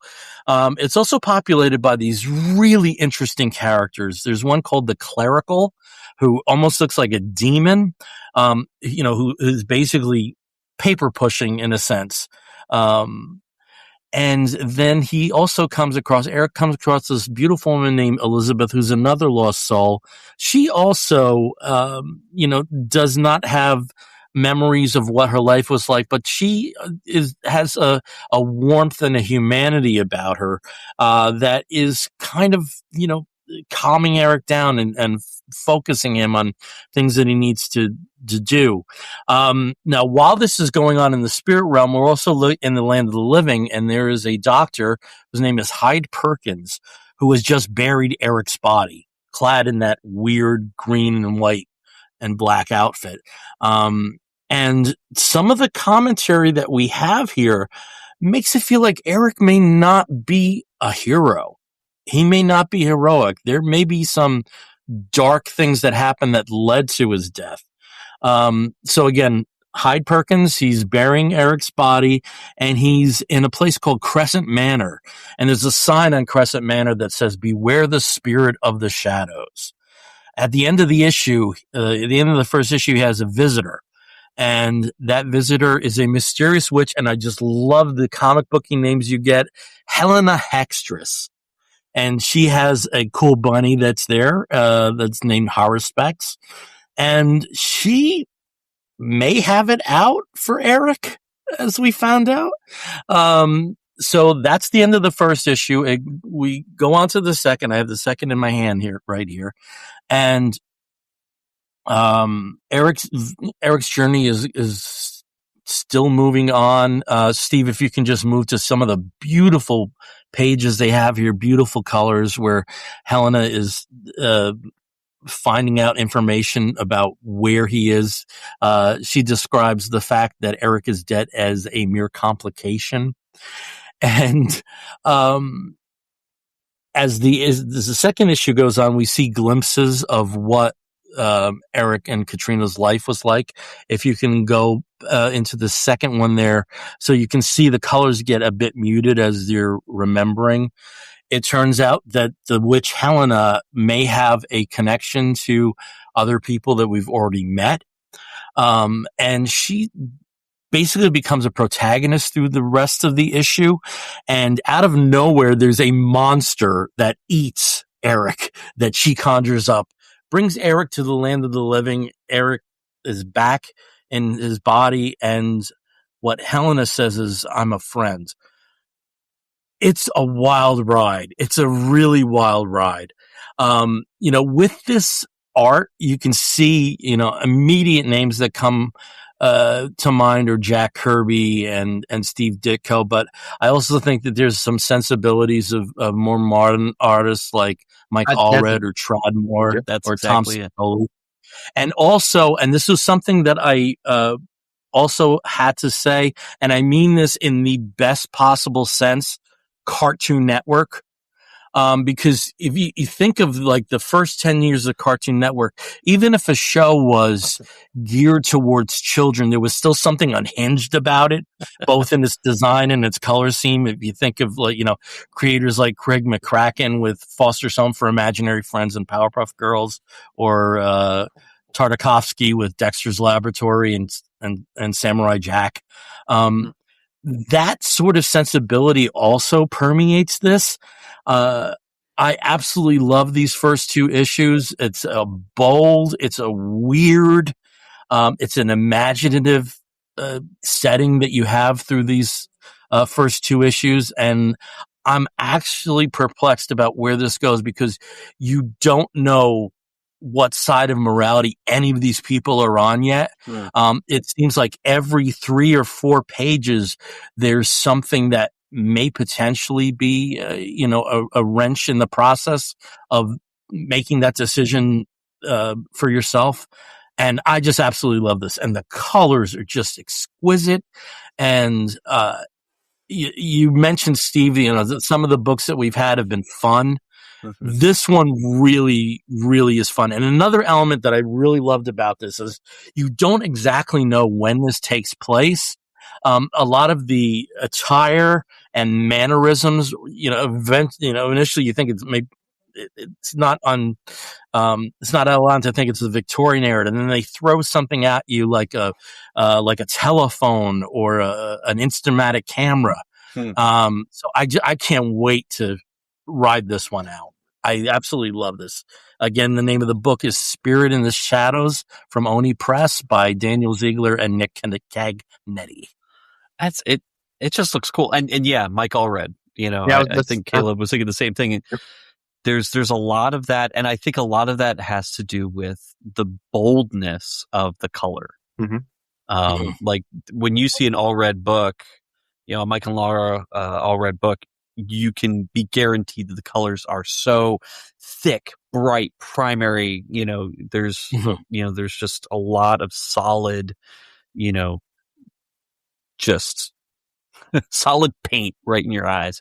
And that's what this kind of gives me as well as Kirby, in the design. And Cagnetti also has amazing sensibilities of the page, like the way those layouts are really cool. And shout out to him just because the backgrounds that he produces, like, you could have very easily told that story and not put so much texture in the backgrounds, but that dude knows how to, like, number one, he knows how to arrange a page. Like, that is incredibly important. He's very sophisticated in that. And number two, those backgrounds are textured and detailed and wonderful and add so much, like, just ephemera to that. Yeah. I didn't have access to most of the pages electronically, but just let me show you where the monster that comes out of the ground emerges and then full force that's dope. out there and then eats him. I really love this book, and not quite the speculator sensation that Dork has, but I just saw a solicit for its third printing for issue 1. Oh, so that's good. Yeah, that does have this kind of traction. So I didn't realize this. Cagnetti also drew Pink Lemonade. Pink Lemonade, yeah. Okay, yeah. I see. He also did some of the Xeno covers that Xeno was a fun book. Yeah, but I think for very different reasons, I think both of you guys would really dig this. Cool. I'll look for it. Definitely. That looks right up my alley. Yep. All right. Well, I guess that means we're going to start wrapping up this episode of the Comic Book Bears. And when we do wrap an episode up, we have 2 final destinations. The first is where we show off our geek gets, things that we got over the fortnight. I just love saying fortnight, since the last episode. And let's see what we got in our version of a show and tell. So, Steve, do you have anything? I do. And I almost didn't, but thankfully I did get a DCBS delivery. And in it was the latest DC compact book that I've added to my massive growing library of these. And it is Nightwing Leaping into the Light, which is, I believe, the new 52. I would say the first 12 issues. And it is, definitely one of those. Let's see. Actually, I take it back. It is Nightwing 78 through 83, 87 through 91, Superman Son of Kal-El number 9 are all included in this. So so it's actually this big collection of different Nightwing stories from this. So, but yeah, I mean, the growing pile of DC compact books is great, but it's getting me to read a lot more of the stories that I don't normally get because I haven't collected those trays or I haven't collected those floppies. So now I get to actually, read them in a nice, easy, compact way. With the update on DCBS, I saw a solicit for a book that I think is going to be great in that format, which is Batgirl of Burnside. Yep. Yeah. I bet it's going to be great in that format. Oh, yeah. All right, Caleb, how about you? You have any geek I do. So Roger sent me to the grocery store unaccompanied last weekend. So I spent $5 and got Miles Morales. Look at it. Nice. Look at it. It's cool. Yeah, I love it. It's on my shelf over there. And it was $5. And so that was one. My second one I'm super excited about because I wanted a copy of this record for a long time and I don't have the amount of money it would take to buy a first printing of this. And they have not published it for 30 years in vinyl form, but they finally did. And so that is 1995's Alice in Chains self-titled record. They finally reprinted this. I picked a copy of it up a few weekends ago when I was in Northwest Arkansas. Great record shop called Blocktown Records up in Fayetteville. Shout out to them. They had a copy of it, so I got it. Just a really cool thing about this one, if you've never seen the back of it, it's great. One of the things I love about this, I had to, did some research on it. So a little music nerd. On the back of that album is a 3-legged man, and his name is Franklin Lentini. He was a Sicilian sideshow performer that was born with 3 legs, 4 feet, 16 toes. And so became famous as a sideshow guy in the late 1800s, early 1900s. So little tidbit. I don't know why they chose him, but I'm glad they did. So yeah. I always in the 90s, old guy here. We always called that the tripod Yeah. album. Yep. Because of the dog with the three legs on the front cover, and that has my second favorite Alice in Chains songs on it, which is Grind. Yep. And cool, very cool. I don't have any Alice in Chains on vinyl, nothing. We didn't buy it then, it was all CDs. CDs. Oh, I remember those. I got the jar of flies with the flies in the side. Oh, do you really? I love that. Yeah, well, see, they good. Now I can send you a Christmas present. I didn't know that. I'm going to remember that. Yeah. Oh no, I don't have any Alice in Chains on vinyl. I will fix that. Any. I mean, Okay. Look, Alice in Chains is arguably top 3 bands for me. I love them. Cool. So, well, it's interesting you say gift for me, because I went to a con this past Saturday called ZoloCon. And if people listen to Steve's other podcast, Jay Yaspa, who's been on a lot, he's somebody I met up with him and his partner, Bill Schindel. And it's a con in Bucks County called ZoloCon, named after the founder, Mike Zolo. There you go. And, just had to get residue of the Doritos explosion here on the screen there. Sorry about that. And sorry for eating, especially if John. I was going to say, John. I haven't done that in a while, but these are it's addicting. They're very addicting. Anyway, back to the story. So I actually bought Steve's birthday gift at the con, and it's going to drive me nuts to not give him this stuff until September, but that deed is done. So, with the level that I came on, that there were like different VIP levels, I got a few free figures through that. Their own internal Zolo World Space Heroes, which is a bunch of monkeys. This is Nebula, the Astro Ape. And it's a build an ape too. So, you can build private ham interstellar there. So, that came free. And, McFarlane Toys was a co-sponsor of the show this year. So they were giving away stuff too. And I got the Batman Super Friends by McFarlane for free. I'll dig it. Very nice. That is cool. So the show is very Mego heavy. Mego toys from the 70s and basically restarted. I think it's basically taken this spot of Mego Meet, which was a con and that I think kind of went separated because of the differing politics of people involved. I'm not exactly sure what the story is there, but no Mego Meet, but there is this ZoloCon. So they have a lot of Remego and original Mego. In the Remego, when these figures came out, 2 of the band members were very easy to get, but the other 2 weren't. So after a few years of just having the Demon and the Star Child, I now have Peter Criss, let's face it, the Catman from Kiss in 8-inch Mego form. And in terms of the classic stuff, before either of you were born, little William Timothy Zanowitz had Starsky and Hutch Mego figures, and I was able to reacquire a Starsky, God, like 35 years ago. Never got Hutch again, but now I got Hutch. You got a Hutch. I got a Hutch. This show also has a lot of, very, apart from, the older and newer figures, there's also a lot of, really esoteric stuff. And there's one creator, that was, the name of the company was, Psychedelic Safari. So they have all these like really weird homemade toys, and this was bannered as "Be stupid, waste money on this thing." And this is like a rattle figure. That's couldn't great. pass. Yeah. And they had tons of stuff that was like so cool on those lines.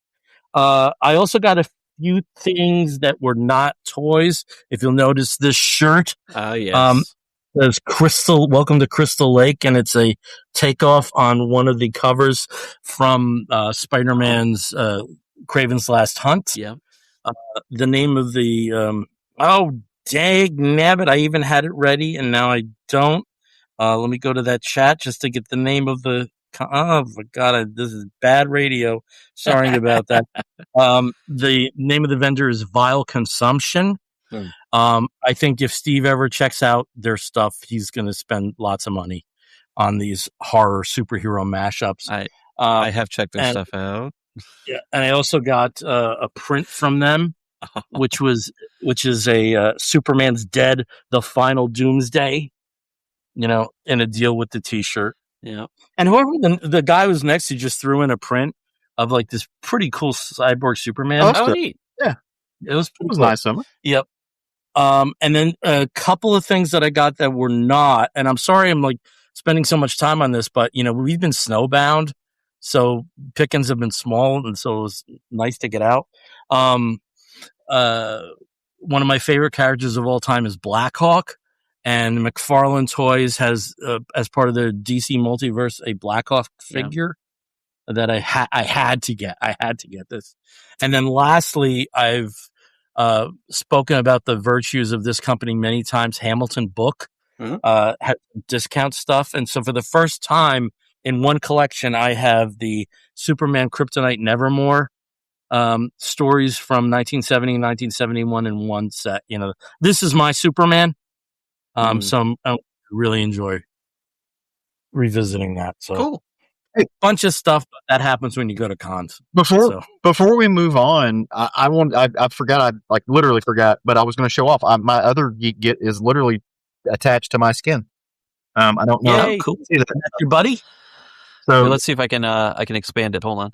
I'm just seeing your hat. So now I've got Cthulhu on my arm. So I've been jokingly, and it's funny because Allison changed, but I've been jokingly calling it Jerry Cthulhu, just because it reminds me of Jerry Cthulhu. But it's a riff off of my cousin Ian's indie film company. He had a company that he produced a couple of really indie horror movies that were great. Loved them, still love them. Called Cthulhu Blues. And so that was his. They took like a picture of Cthulhu, and a buddy of ours named JP, who's an amazing artist, like put Cthulhu's head on like Muddy Waters, and that was Cthulhu Blues, and so it's a riff off that. So latest collection. That's cool. Very nice. All right, so we are ready to head to our last stop, and the last stop on an episode of the Comic Book Bears is always the segment we call the Woofs of the Week. In the bear community, if you find a fellow attractive, you woof at him. And we do something very similar here where we woof at something, which may be comic book or comic book related, but may also be a film or a TV program, a charitable initiative, anything under the sun that we think you, fair listener or viewer, may be interested in sampling. I'll start as I always do with Steve. Steve, what is your woof of the week? Well, my woof of the week goes out to a film that I got to see over this past weekend. And I will have to say, if you want to see it in the movie theaters, you're probably going to have to go pretty quick because it did not draw in a lot of cash. And that is the movie The Bride by Maggie Gyllenhaal. It is, to me, sitting there in the first 5 minutes, I realized that it was and I said this to our friend Mike, it is a special film. And I know that there's a lot to criticize about it. It is not a perfect film, but I loved so much of it and just so enjoyed watching this movie. Again, it is not a perfect film. It's not going to be to everybody's taste, but if you have the chance to see it in the movie theater, definitely do so. Cause it's got an amazing cast. It's got some really crazy, cool, interesting things that they're playing around with. And, Jessie Buckley is just going to deserve the Oscar that she'll be winning this Sunday. So I just, but not for this. Not for this, but for Hamnet. Yeah. She'll be winning it for Hamnet. She won't be winning it for this, but she did such an amazing job as this character. And, The Bride of Frankenstein is one of my favorite all-time horror movies. And getting to see a movie from her perspective, yeah, So Very good. I'm going to Nice. see it tomorrow. That we are having a movie date. I'm super excited. No, Saturday. Going to see it Saturday. Super excited. Maggie Gyllenhaal was my high school crush. Aw. I loved her. And I will tell you, because it's a Maggie film, she does put her brother in it. So, because of course she does. Yeah. But yeah, it's fun. You'll have a good time. All right. Nice. Over to Caleb. Caleb, what is your woof? So my woof of the week is also music related. Goes kind of with my geek get, but it is for an album that drops tomorrow. And that album is none other than I think the 10th studio album from Lamb of God. It's called Into Oblivion. I love Lamb of God. You know, if you see down in my headline, their lead singer, Randy Blythe, big fan of that dude's vocal. Like my metal friends and I always kind of joke that like Lamb of God is metal done right. That's just kind of what it is. And his vocals are insane, but that whole band is just ridiculous. Just the music that he put out and stuff like that. But this band is great, right? He is a man of, Randy specifically is a man of like just deep beliefs and is not afraid to say what he believes in. He has kind of gotten some attention this week because he finally just had enough and came out and like from a metalhead's perspective just went the fuck off on Trump, like and Trump supporters. I thought it was funny by comparison in a week that you've got Gene Simmons going, "You should just shut up and sing," and weirdly admitting that he never had anything worth saying anyway. You've got guys like Randy Blythe coming out and saying, "Nah, I'm cool. I'll lose money. Fuck you." So cannot wait for this album though. There's like 3 of the tracks are out right now and it is brutal. I'm excited. Nice. Muted, sir. Muted. Unlike Randy Blythe. I am very sorry. I did that to avoid the crunching of the Doritos. I'm never doing this again for an episode. No, not allowed to have those really not allowed to have Doritos. those types of Doritos again. The little ones that come in the Pringles can. Tiny one. So I didn't eat that much. That feels like they would get stuck in your gums. Ugh.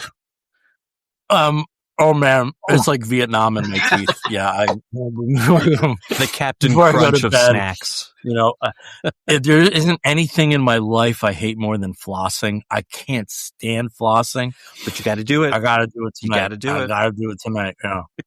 Okay. So my head's not even in the shot. Okay. My woof of the week is both a film and music. It's a concert film. And that is Epic. Elvis Presley in Concert, which is the sort of new. It's been out at least on IMAX since late February. Elvis Presley in Concert. Elvis sings and tells his story like never before. When Baz Luhrmann was filming the 2022 film Elvis, his biopic, he had access to a lot of material that has never been released to the public, that was filmed, initially for the first documentary, first Elvis concert film, That's the Way It Is. And then for other, reasons through 1969 to his death in 1977. It is a stunning film. It is absolutely stunning. If you never thought Elvis mattered, this will put into perspective why he did. And it takes place at a very interesting part in his life. He is covering Beatles songs, covering Dusty Springfield songs, Simon and Garfunkel songs, totally transforming them. And especially the way the movie is edited, because it's almost seamless as they go from rehearsal right into concert, like right in the middle of the song. It's a wonderfully structured film. And we almost saw it a second time. The bigger the screen and the bigger experience you can have, I don't think you necessarily need IMAX for, 56-year-old footage. But I do think that if you are able to see it in Atmos Dolby or one of those enhanced sound systems, absolutely do it. You don't want to see this on the small screen. You want to see this in the theater. That's my wolf of the week. Baz Luhrmann's epic Elvis Presley in concert. Cool. Yeah. Use your AMC for this, Steve. I don't think it's at the one that I have. That's a shame. Yeah. Because, especially like Oscar time, we've been playing a lot of catch up Oscars. Yeah. And, there's a few films like I really wish I saw this on the big screen. But this one, if you have the opportunity, absolutely go to it. It is an hour and 57 minutes. You will not regret at all. Loved it. Absolutely loved it. Do we want to do any predictions for the Oscars since they're coming up? Okay. I'm with Steve and Jesse getting Best Actress. Mm-hmm. Best Picture, I'm kind of got a big question. I think Best Picture is down to Sinners and One Battle After Another. Those are my two. It's going to be one of the two. Yep. They're going to honor both films somewhere.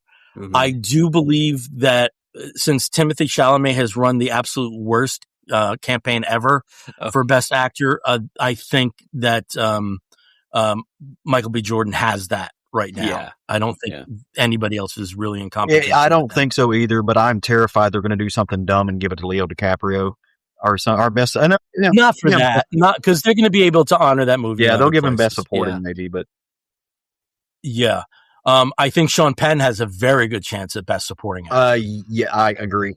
Possible. Yeah. I think he has a very good chance at amazing. And for, like I've said for a long time, Supporting Actress is the battle between Amy Madigan for Weapons and I've got Tatiana Taylor. I can't always forget how to pronounce her name. Wunmi Mosaku. For Sinners. What? Wunmi Mosaku, isn't it? No, it's not going to be her. Well, I mean, I think for One Battle After Another. From Tiana Taylor. Tiana Taylor. Yeah. See, I would say it would be between Wunmi Mosaku and Amy Madigan. Mm-mm. Well, she hasn't won anything. She doesn't have in the lead up to this. Could be. It doesn't matter, but that's usually an indication. Shock. I mean, if you're going to have a shock, you might as well have it in a major. And category. The supporting actor categories is usually where you get a shock, and you might see that more for the supporting actor. I don't think it's going to be her for Sinners. I'm not saying she's not deserving, but I think the other two those are landmark performances. Well, Amy Madigan, I think that was crazy. Yeah. Wild. And plus, like, Weapons isn't nominated for anything. No, but she was so good. I had to. Oh, she's so good. That role is that is an iconic role. And Taylor arguably is more of a lead. True. And I think sometimes that does work against you in that category. Yeah. That is. Yeah, it can be. But then again, for me, the nomination absence that made no sense was that kid who played Hamnet. He was so good. Oh, gosh, I don't know his name. Yeah, you're not going to know his name offhand, but absolutely one of the best performances ever by a young actor. Yeah. Director might be Thomas Anderson. It might be Ryan. I know Ryan. Look, at the end of the day, if Sinners sweeps everything, I'll be happy. I'll be very happy. I think he'll sweep. Even if there is a Sinners sweep, I do think they're going to honor One Battle After Another somewhere. Yeah, they have to. Yeah. I don't know. Like, there's like the other ones, I couldn't tell you. Like, best original song. It's always a toss up. If there's usually like a Pixar movie song that might get it. But. Well, sometimes there's a standout, and I think we did have that 2 years ago with What Was I Made For by Billie Eilish. I mean, that was just so far ahead from everything else. I think K-pop Demon Hunters will take it for animated. Probably. What else is up there? Zootopia too. It's Arco, Elio is up there. Elio. Little Amelie, or the character of Rain, which I have not seen. But Zootopia 2. Arco is interesting. Arco's an interesting movie. Mm-hmm. Elio, again, Bill, you and I, we both cried stupid at that We movie. cried, yeah. So, K-pop Demon Hunters. It's just so sad because there's so many films cut from that same cloth that are not as good as Ilya was, that got box office, and they got nothing. Yeah. It didn't get anything, sadly. But K-pop, that's one of those things where it was such a phenomenon last year, and kids still love that movie. That might be nominated. That might be honored in the song category. Oh yeah, yeah. I mean, that's a possibility. That would be the Pixar song of this year. Even though do it's you not have a Pixar movie. the original screenplay and adapted screenplay up? I have it pulled up. I have no opinions, but like best adapted, you've got Begonia, Frankenstein, Hamnet, One Battle After Another, Train Dreams. I want Frankenstein to win for like best set design or something like that. I thought it was a beautiful movie. I just didn't think it was that great. That might be where Hamnet gets an award. Yeah, if Hamnet doesn't win for director, which is very highly likely, or for best supporting actress, which I hope that's not the case, they'll probably get it for adapted. Original screenplay, you got Blue Moon, It Was Just an Accident, Marty Supreme, Sentimental Value, and Sinners. And I think Sinners. Yeah, Sinners. Yeah, I think Sinners. Regardless, it'll be Sinners. Yeah, I think if this were a few months ago, I think Blue Moon, he would have had a much better chance at the actor nod. We've lost someone, but that seems Where'd he go? Kind of petered out. He disappeared. Bill went bye-bye. He was going to say something, and then he was going to say Sinners is going to sweep it. That was what he was going to say. I was going to say, it's like he was talking about Blue Moon. It's like, did the Academy find out that he's talking shit about it? Thou shalt not. No, we can't talk about this category. But yeah, I mean, I don't know. Well, hopefully we'll have some good surprises, but I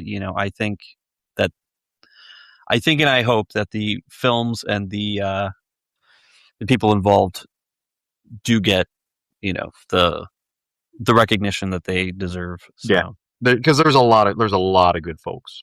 I mean, there he is. It's what I was. There's legitimate competition this year, which I really appreciate. Mm-hmm. Yeah. So, but yeah, Bill, you were saying something bad about Blue Moon. And, I wasn't saying anything bad about Blue Moon. I just said for Hawks, the momentum behind him seems to have kind of petered out. Yeah. But I do want to see it. So, especially, having knowledge of that time period. And right. All right. Yeah. We'll see. The movie it might get a huge surprise, welcome to the Movie Bears. No, but we might be hugely surprised. Begonia might take it. Who knows, as best picture. I love that movie, but I don't think I will ever watch it again. Because man, that ending. I think everybody has a movie like that. For me, it's District 9. I mean, I thought that was so well made, but I'm never watching that again. Yeah. I never want to feel that bleak. Oh my God. I've just forgotten the name of the movie because I'll never also never watch it again, but it did get nominated for an Oscar, and, oh my gosh, Best Supporting Actress won. It's from 2002. It was the one where Jennifer Connelly ends up. A Beautiful Mind? No. Well, she was. No, it was another Jennifer Connelly one where she. This was one where basically everybody became addicted to some horrible substance like meth or crack or whatever, and then ended up dying at the end. Shoot, what was the movie? Requiem for a Dream. I don't know, but while you're thinking of it, I know you said Jennifer Connelly, but my brain stopped at Jennifer Coolidge, and there was a weird moment. This would be a very different movie if Jennifer Coolidge was playing the part that Jennifer Connelly thing had. that happened in my brain. So, this was Requiem for a Dream. That. Yeah, that was. Yeah. I didn't hear that. Was a happy Requiem for a Dream. That was the movie. Yeah, it was a feel-good movie for your whole family. Ellen Burstyn's excellent in that movie. Oh, she's so good. She won the Oscar. She won the Oscar for supporting actress that year. What dreams may come as a movie like that for me that I don't think I'll ever watch again. Yeah. Like that. Speaking of cry fests, broke my heart. Yeah. If you just want to sit there and weep, go ahead. Watch that. Not a movie that I would never watch again, but the ending that just broke me down was Places in the Heart. Did you ever see that? I've heard about that. I have not watched it, but I know. Peace be with you and also with you. Yeah. I have a hard and we won't be movie bears forever, but I have a hard time watching Philadelphia again. Mm-hmm. Like I will, but I have a very hard time doing it. And sometimes it's just the ending that is the tough part. Like for me, Sid and Nancy, the very ending of Sid and Nancy. Yeah. You know, what happens at the end? They make it, right? They do. In that ending, they do. And, you know, as simple and joyous a situation as they could have been in, you know, it's just, that one just, that gets me. Stop being such a hard ass, Sid. Yeah. Great ending. All right. I think we got to wrap it up after a little excursion to the movies. If you don't mind, folks. We're the tangent bears. Yeah, the tangent. But at least the tangent came at the end of the show and not the first fucking 40 minutes. That's progress. All right. So again, we are the Comic Book Bears podcast. You can find us on Facebook as the Comic Book Bears podcast, but most of the other social media outlets as Comic Book Bears. If you want to listen to us, you can do so through Apple Podcasts, through Spotify, and many of the other podcasting platforms. If you want to write to us, please do so by sending an email to comicbookbears@gmail.com. If you have watched us later, because it doesn't look like we went out live on YouTube, thank you. Please like and subscribe. Until next time, I'm Bill Zanowitz. I'm Steve Morey. I'm Caleb. Wolf.